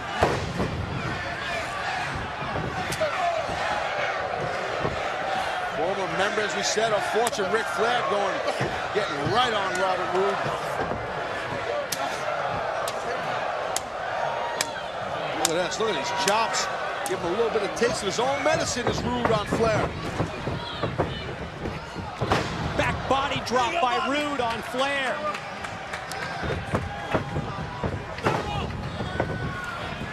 Oh, look at this. Beer Money right now going for a double suplex on Bully Ray. Wow. And here we go. Cage top, loaded with weapons, slowly lowers into place. And now officially lethal lockdown. This point forward, it's about pin, submission, which side, which team is going to emerge victorious. Going to be Fortune, going to be Immortal. Here come the weapons. What we got there? We got a big heavy gauge chain, a couple of trash cans, kendo sticks, and you name it, it's a potpourri of weapons up there. If lethal lockdown hasn't been physical enough for you to this point. Looks like Daniel's trying to grab his, it looks like an axe handle. I think that's what he got. Yeah, just watch No, it wasn't Daniel. what you're about to see now. Oh my God. All hell is about to break loose. Fortune's got the weapons. A good amount of them, I should say. Split screen coverage showing you the 8 men in the battle. And to this point, if you look around, it's Fortune with the weapons. That's what I'm saying. Yeah, that's what I'm saying. They grabbed those weapons as they were kind of on top as the roof was lowering down. Oh, God. Abyss gets knocked directly through the cage and out to the arena floor, thanks to the double team from Fortune. And look at Fortune. Oh, God. Kendo sticks things like hell now. It's like Daniels got some bad intentions on his mind for Abyss. Well, I guess you can hear that trash can lid shot, and there you see it. Number 2, lid to the head of Abyss. Daniels circling around the cage, trying to get at Matt Hardy. The cold-blooded one goes up the side of the cage, but Storm, in his hands, Kazarian's trying to poke at him with that kendo stick. And Matt Hardy trying to get to the top, and oh boy. And Daniels in pursuit. Matt Hardy up on top of the steel cage. Here comes Daniels to follow up. Yeah, look at Hardy. He's just realized, what the hell am I doing up here? Oh, my God, the danger level now, Taz. Oh, I'll tell you. Oh, it's too... Hardy's never been a part of any of these things here, but Daniels, he looks right at home. Oh, so dangerous with Hardy trying to go back, having second thoughts about being on top of the cage, trying to get down and scale the side. Daniels not going to allow it. Wow, what a visual this is. Oh, my God. Gonna go Angel's wings here. Had him double underhook, but Hardy's fighting out. Yeah, he's fighting out of it. Whoa, whoa, whoa, whoa, whoa. Oh, God. Oh, jeez. Oh, God. God, Daniels hanging on for dear life off the back body drop. Oh, watch out for that door. This is dangerous, Mike. This whole deal here is nuts. Oh! Is that a twist of hate up on top of the cage? Yeah. Right on those steel pipes and that heavy gauge fence. I think Daniels, he's out, he's done.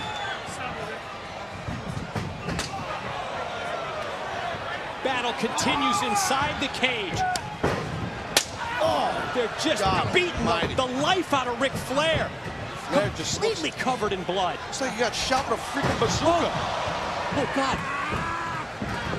Saw Matt Hardy come down the side of the cage. Bully Ray. Big power move. Bully Ray on top for the pin. Oh,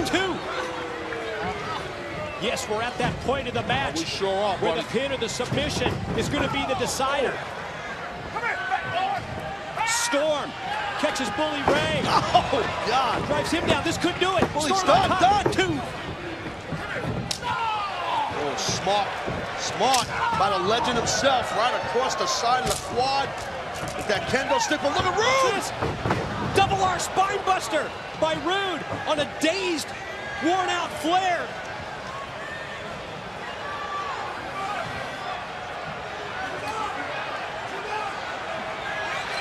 Wait a minute.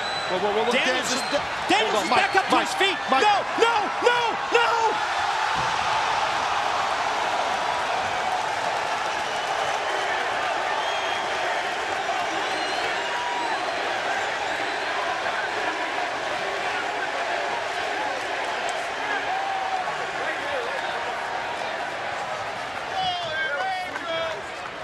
Gotta take another look at this. You talk about putting your body on the line. It's caution to the wind. This is off the top of this massive structure. A crossbody on Hardy and Abyss by Daniels. Amazing. Meanwhile, Rude gonna go figure 4 on Flair. Can he beat Flair with his own submission hold? Oh my God, look at this, got it locked in. Locked in great. Locked into the middle of the ring.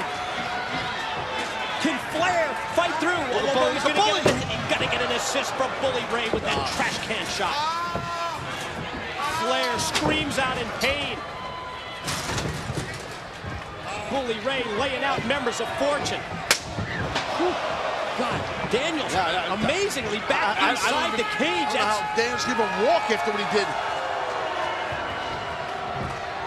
Just to be met with a steel trash can lid, and now Bully Ray with a kendo stick. That's not a good mix for Fortune. The viciousness, the violence level of Bully Ray being taken up several notches here. He's channeling Chuck Norris. Again! God! My God! Can he light anyone up any more than that? Daniels stuck wide open. Flair asking to have a kendo stick. Bully Ray's having too much fun with both of them. Now he handed one off to Rick. Oh, God, no.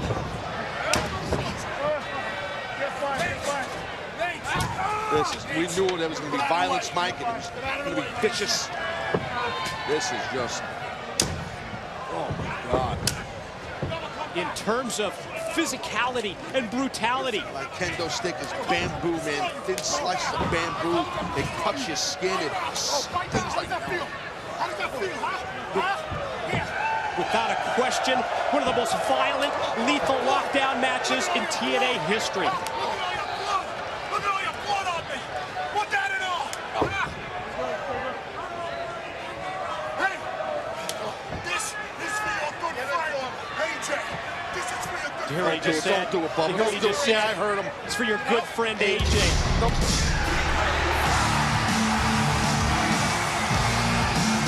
It's like Bubba just saw a ghost. It's AJ Styles. What the hell? AJ Styles, yeah, get that revenge against Bully Ray, against the man who injured you, who put you through that table. Whoa! Bouncing him off the side of the steel. My God!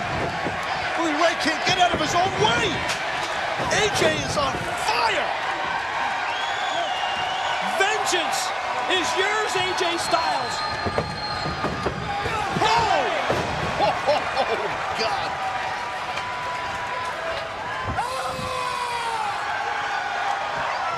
Look at Rick. Uh-oh.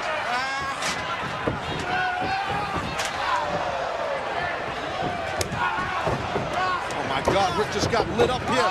Beer Money just doubling up on Flair now. That Fujiwara armbar. It's just Rude. trying to pop the arm, pop the elbow. Looks like he's tapping. Rick tapped. He Full tapped. tap, and Fortune does it. Thanks to Robert Roode's submission of Ric Flair. Ladies and gentlemen, the winners of the Lethal Lockdown match. Well, thanks to AJ Styles coming out here, shocking everybody. And Fortune getting back together. The momentum was on the side of Bully Ray and the other members of Immortal, but the shocking arrival of AJ turned the momentum towards Fortune's side.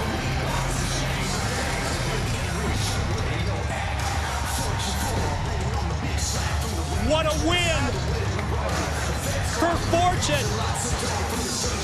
And what a bad night it's been for this Immortal crew. The return of AJ Styles cements the victory. Robert Roode, the submission win over Ric Flair. And Fortune stands tall.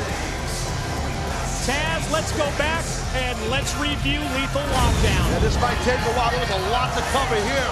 I mean, there was this Immortal was on the scene as cocky as they wanted to be. They looked good going, man. And then here came Fortune. And this thing just like, we knew it was going to be physical, but throughout the whole thing, you know, the man advantage was earned weeks ago on Impact by Fortune, and they exploited it. They took advantage of it. But then once things got evened up a bit, gotta say, bro, Fortune, they look pretty good. And once it was all 4-on-4, roof came down, weapons illegal. Weapons come into play, and we saw that Fortune immediately gained control of the match. They took the weapons.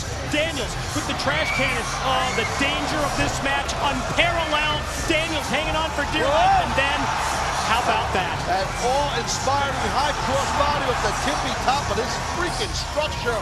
And then Bully Ray wearing everybody out in their mothers with that Singapore cane. And then shocking arrival of the phenomenal AJ Styles. And he owed a major league beatdown, a major league ass whooping to Bully Ray, and Bully got it. But then this Taz was the game changer. This is what decided it. Robert Roode plants on the submission, and Flair taps, Fortune wins. Whoever would have thought the winner of this match would get it via submission?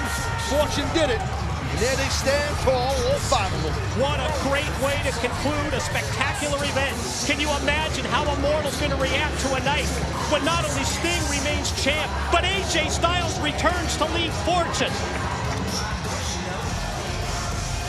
Good night from Cincinnati.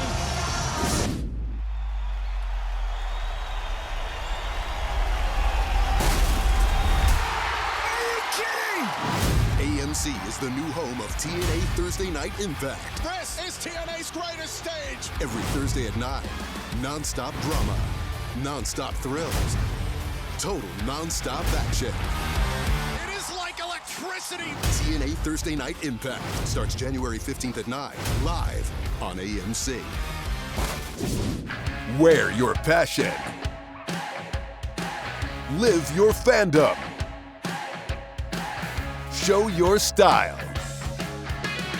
TNAmerch.com, your one-stop shop for all things TNA wrestling. Shirts, hats, hoodies, posters, major bendies, and so much more. Get it now before it's all gone. TNAmerch.com.